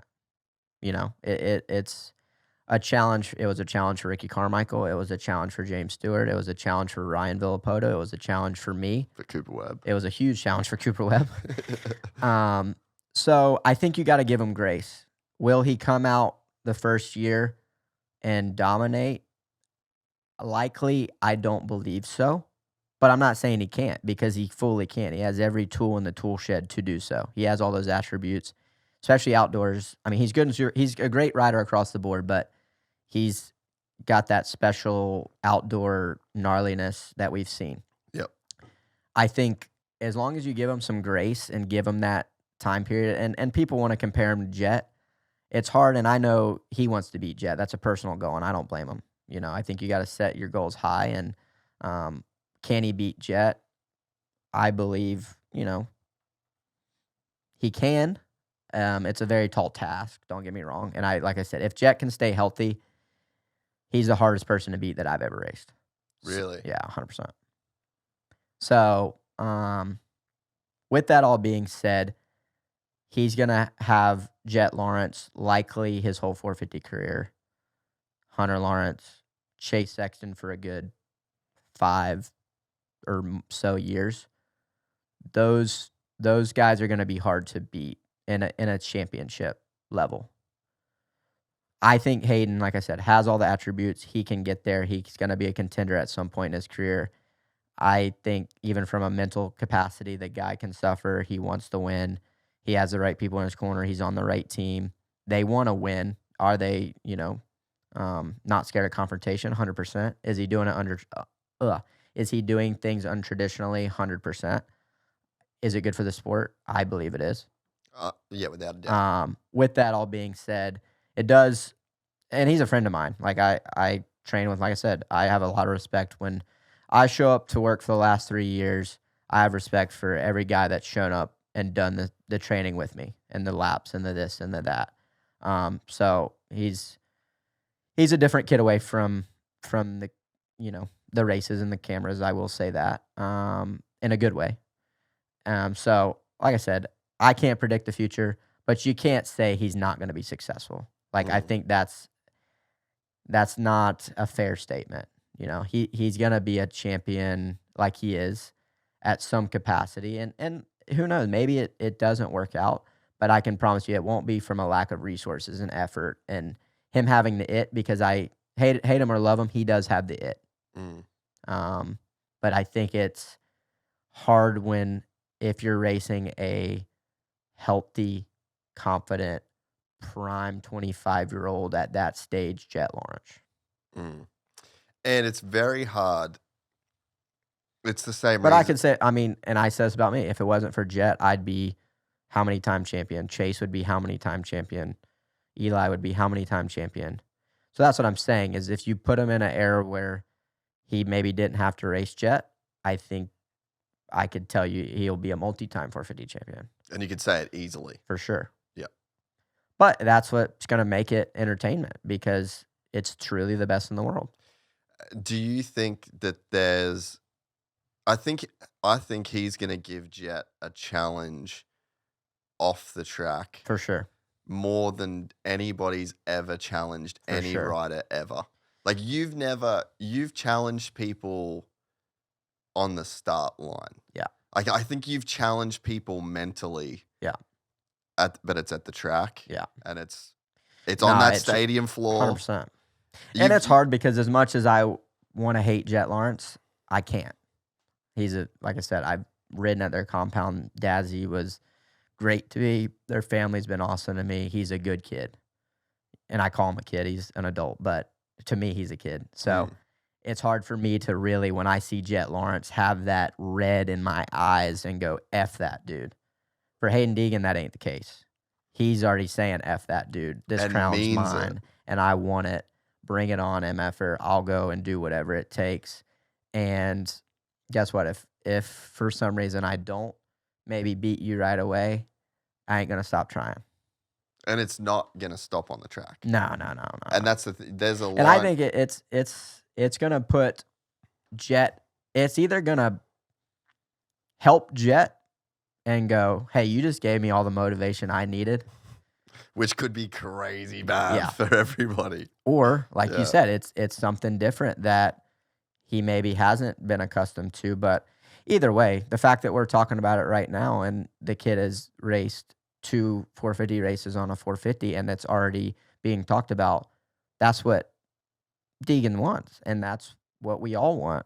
We want, like you said, we have us guys that are here and have been doing it and are some of the gnarliest in the sport. But that's what keeps the sport healthy, is that next crop of young kids coming up. And we have it all right now. And it's cool we get to talk about it, because whether it happens or not, and it's a hypothetical and we never see it, we're talking about it a year before it's ever going to happen.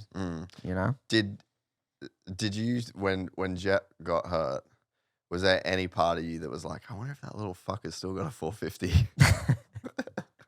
No, but I think I hadn't asked him, but I thought about it. I'm like, I bet Hayden's kind of like, yeesh, I should have maybe dabbled.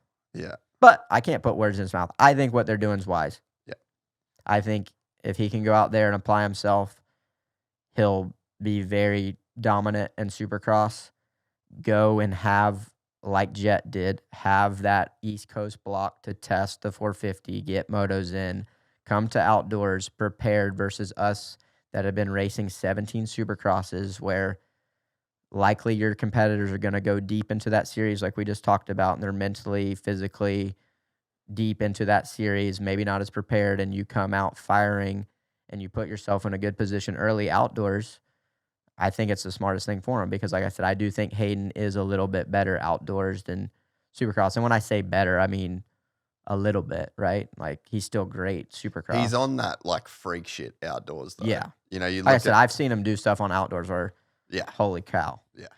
And I see it at the practice track, too. Like, I see it now in Supercross. This year, I'm going, holy cow. More than ever. Yeah. And it's like, I compare it to me. In 2016 on a 250, I was dominant in Supercross. And I was doing stuff that was like, you're ready for a 450. You could go 450, but clearly we saw I wasn't quite ready, whatever. But from a physical and from a mental, from a way I was riding a Supercross track, I believe in 2016, as a 250 rider, I mean, I think I won 7 races. Like, you couldn't have done much better on a 250. I was ready to make that jump. I believe Haiden is at that point, whether it happens in the series or not. Like, seeing him at the practice track, he's riding a 250 to its capacity at the moment. Yeah, and I think they were in a point too where if he just magically decided to switch and was like, oh, I'm on a 450 now, that also gives Jett fuel to be like, pussy, you know? So they kind of, he almost, I think I totally agree with what you're saying, but having a free year of 450 Supercross without Jett would have also been it would have been good. Crazy. But then it's like you can't switch once you've already said. No, and I think even you can't rush. Like, I think the way they did it too, like they did all of October, November on a 450 to learn it, to build it, to whatever. I think the plan is good, personally. Like, if it was me, I would stick to it because even people can say what they want, but Haiden is still young. What's the rush to get him on a 450? He's going to do it outdoors, and he's going to do it SMX. When he's shown last year outdoors, the last few years outdoors, he is by far the best outdoor 250 rider. He has nothing left to prove there. I personally believe he needs to go be dominant in 250 Supercross to check that final box. He was dominant last year, but really check that box, go into the summer with confidence versus going at A1. Let's say he did go win, but then you have pressure and expectations, and as we know in the 450 class, you can go from here to 0, and it's a hard series when everyone's healthy at A1 to go 17. It can be hard mentally. So go race a 250, do the best you can, make the most money as you possibly can, try to check that box, get your second championship, and then go into outdoors with time on the bike, development, and racing guys. And it's like I said, outdoors, you go from having Supercross, there's 10 guys that are going to line up Saturday that can go win A1. Outdoors, all of a sudden, there's only 5 guys that can truly go win an outdoor. So your odds become better, in my opinion. And there's injuries, and there's this, and there's that, and there's by that point in the season, there's variables that go in your favor if you're an outdoor heavy rider and can stay healthy. So I think it's smart. I don't think they don't care what people think or what we think or whatever. I think it's wise, but I'm sure there is something going, man, Jett's hurt. But it's like what I just said. When I signed up for this in October, I didn't ever think Jett was getting hurt. I was signing up for 2026 going, hey, I'm racing the best riders in the world. Yes, Jett now is hurt. It sucks, and it's a chip in the armor of our sport of like, hey, he is a dominant guy, but it doesn't change much as the job description. My job is to stick to the course. My goals didn't shift. My work didn't shift. Like I said, the percentages pie might have just shifted for a few of us. Yeah. So when you said that Jett's by far the hardest guy you've ever had to race, why? You just don't have many flaws. And that's what I mean. Like, I hung, it was the year that I sucked, but I was around him in 22. And he works hard. He's naturally fit. The guy's good at anything he does. He could pick up a water polo tomorrow, and he's just good. He's just one of those genetically good human beings that is good at everything. Mentally, he is, as we see, he can lead by 2 seconds an entire race and is unbothered. So pressure doesn't bother him. He gets unbelievable starts, which is hard to beat someone that starts at the front every single time. And then you put that on, he's probably the top 3 most talented riders ever. Top 3 best technique ever. Like, how do you beat that? Yeah. You're making this sound pretty difficult. No, it's and that's what I'm saying. And that's why, like, I'm proud of myself because I look at that and go, yeah, you've beat him. Let's go. Ready for a effing battle, bud? Yeah. But, I mean, yeah, it's hard. Like I said, but it's rewarding when you do. Like I said, I beat him in main events before. I've never beat him in a series, and that's what I was talking about this year. Like, I would love to attempt that, whether it happens or not. Like, that's a huge goal of mine because like I said, outdoors, as we know, he's once again, he's a specimen. I mean, he went perfect season. There's 3 people ever to do that. Don't care which way you slice it. He's a freaking specimen outdoors. But from what I've seen, I do believe he's beatable in Supercross. Over 17 rounds. Mm. Sure, and I'll say it till the cows come home, and just like Chase last year, there's going to be rounds where I don't see him. But it's the rounds that I do see him that I believe over 17 he is beatable. So anyone's beatable any season, as we know. Injuries, no injuries. You can have a bad year. I'm still interested. Like, they have their new bike that he only did 3 rounds of Supercross, 4 rounds of Supercross last year. We saw in Paris. I wasn't very good in Paris, but I also believe, Malk straight up beat us all in Paris. So that shows he is beatable in Supercross, in my opinion. But like I said, he's a freak of nature. And if he can stay healthy, which unfortunately he's already had, these last 2 are big surgeries. With that being said, he's a beast and he wants it. And that's the thing. As long as his motivation stays there, which I believe it will, because when you're down like this, it creates monsters. Yeah. And it's only making them stronger. So, like I said, when he's back healthy like this summer, guy's going to be on a mission. That's one of the big variables in this season that I think swings in your favor. You have a new bike, but it's not that new. Yeah, it's very similar. Eli, whole new thing. And then if I only saw him ride Canada, I'd be like, y'all are fucked. But then the Gold Coast happened. Yeah. And then it's like, okay, cool. Well, that's like, there's just that's a whole thing. Like, they now have a whole thing, and he's going to be great and he's going to be not great. And over 17, how much of that? Yeah, there's variables and there's variants. And that's not even on him. No, for sure. Like, he's not even going to be out of control the times he's great and not great. And then Chase is on a new bike. Yeah. And I think that the pressure that he must be feeling, like, I think he must be feeling a lot of pressure from a lot of angles. You know what I mean? Like, lost last year, new bike. Oh, and he's I think been very vocal about how much better this is going to be for him. So there's pressure now. Hey, you kind of got what you were asking for. So the Cowie was good for Jorge too. It was, but what? Like, that's the thing that that's what created the problem. And it's like, and that's what I'm saying. Like, not to put words in people's mouth, and we've all been there, but I believe it was your pod last year where Jorge said it was the best bike he's ever ridden and how amazing it feels, and he's ready, and it's going to be an unbelievable year. So the pressure that puts on a rider and the pressure that puts on yourself, and it's like, Chase is finding himself in that position. And it could be a home run. Like, for sure. There's times where, like I said, for me coming a star in 24, I came to that bike and I showed up at A1 and I was fiery. I was fast. I was fit. Like, it was a great change for me. And I do believe it still took me a few races, like you're saying. It's going to take a few. You have a base setting, but then you're going to go to a track that you don't gel on. And that's where you kind of learn the squad you have around you. In my opinion. Yeah. Depending on how you handle that situation. And then that can create some friction or confidence. Yeah, or bring you together.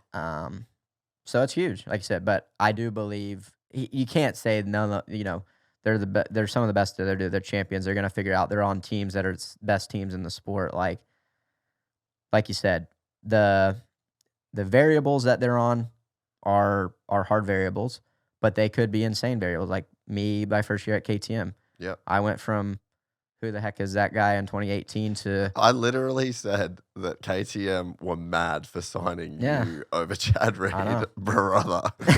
Is that the worst take of all time? Yeah, and I won 7 races that year. So that's what I'm saying is any change can go in that favor. You can't ever say that that's not going to happen. But I do agree. There is a lot of variables. There's pressure. There's change. But that's why we race, right? There's going to be guys that step up. Like I said, there's going to be guys that maybe have won one race or never won a race that I guarantee you are going to be contenders this year. There's going to be old dogs that are going to be contenders. You know, you can never count anyone out on any night. And that's what's the beauty in Supercross. So like you said, when you look at it, we can sit here and talk about the ifs, ands, or buts. Things in my corner right now are very strong in the sense of I'm on a team now, my 3rd year, very similar program. I'm in a fitness spot that I'm happy with. I had a healthy off season. You know, was it a good off season? If I'm honest, no. From a riding perspective, like I had a lot of off days, but you know, from a stat standpoint, it looks pretty good, but doesn't mean shit until you go race. So that's why we get to do this thing, man. That's what makes A1 so special is there is so many variables you don't know. New teams, new bikes, new people, new attitudes, new hope. And that's what else I will say. Like the first 6 rounds, everyone's hopeful. Yes. And then when you got guys that, hey, we've gotten 7th now 8 weekends in a row, we kind of know our spot. A1 free practice or time practice now, there's going to be some cockiness out there that everyone wants to go to the top, show who they are. So it's a unique place, man. It really is. Well, this is going to come out hours before we find out. Yeah. I'm stoked, bro. This was awesome. Yeah, man. This is always awesome. You're one of my favorite dudes to do this. You're always so great when you do this. Appreciate it. I appreciate you, bro.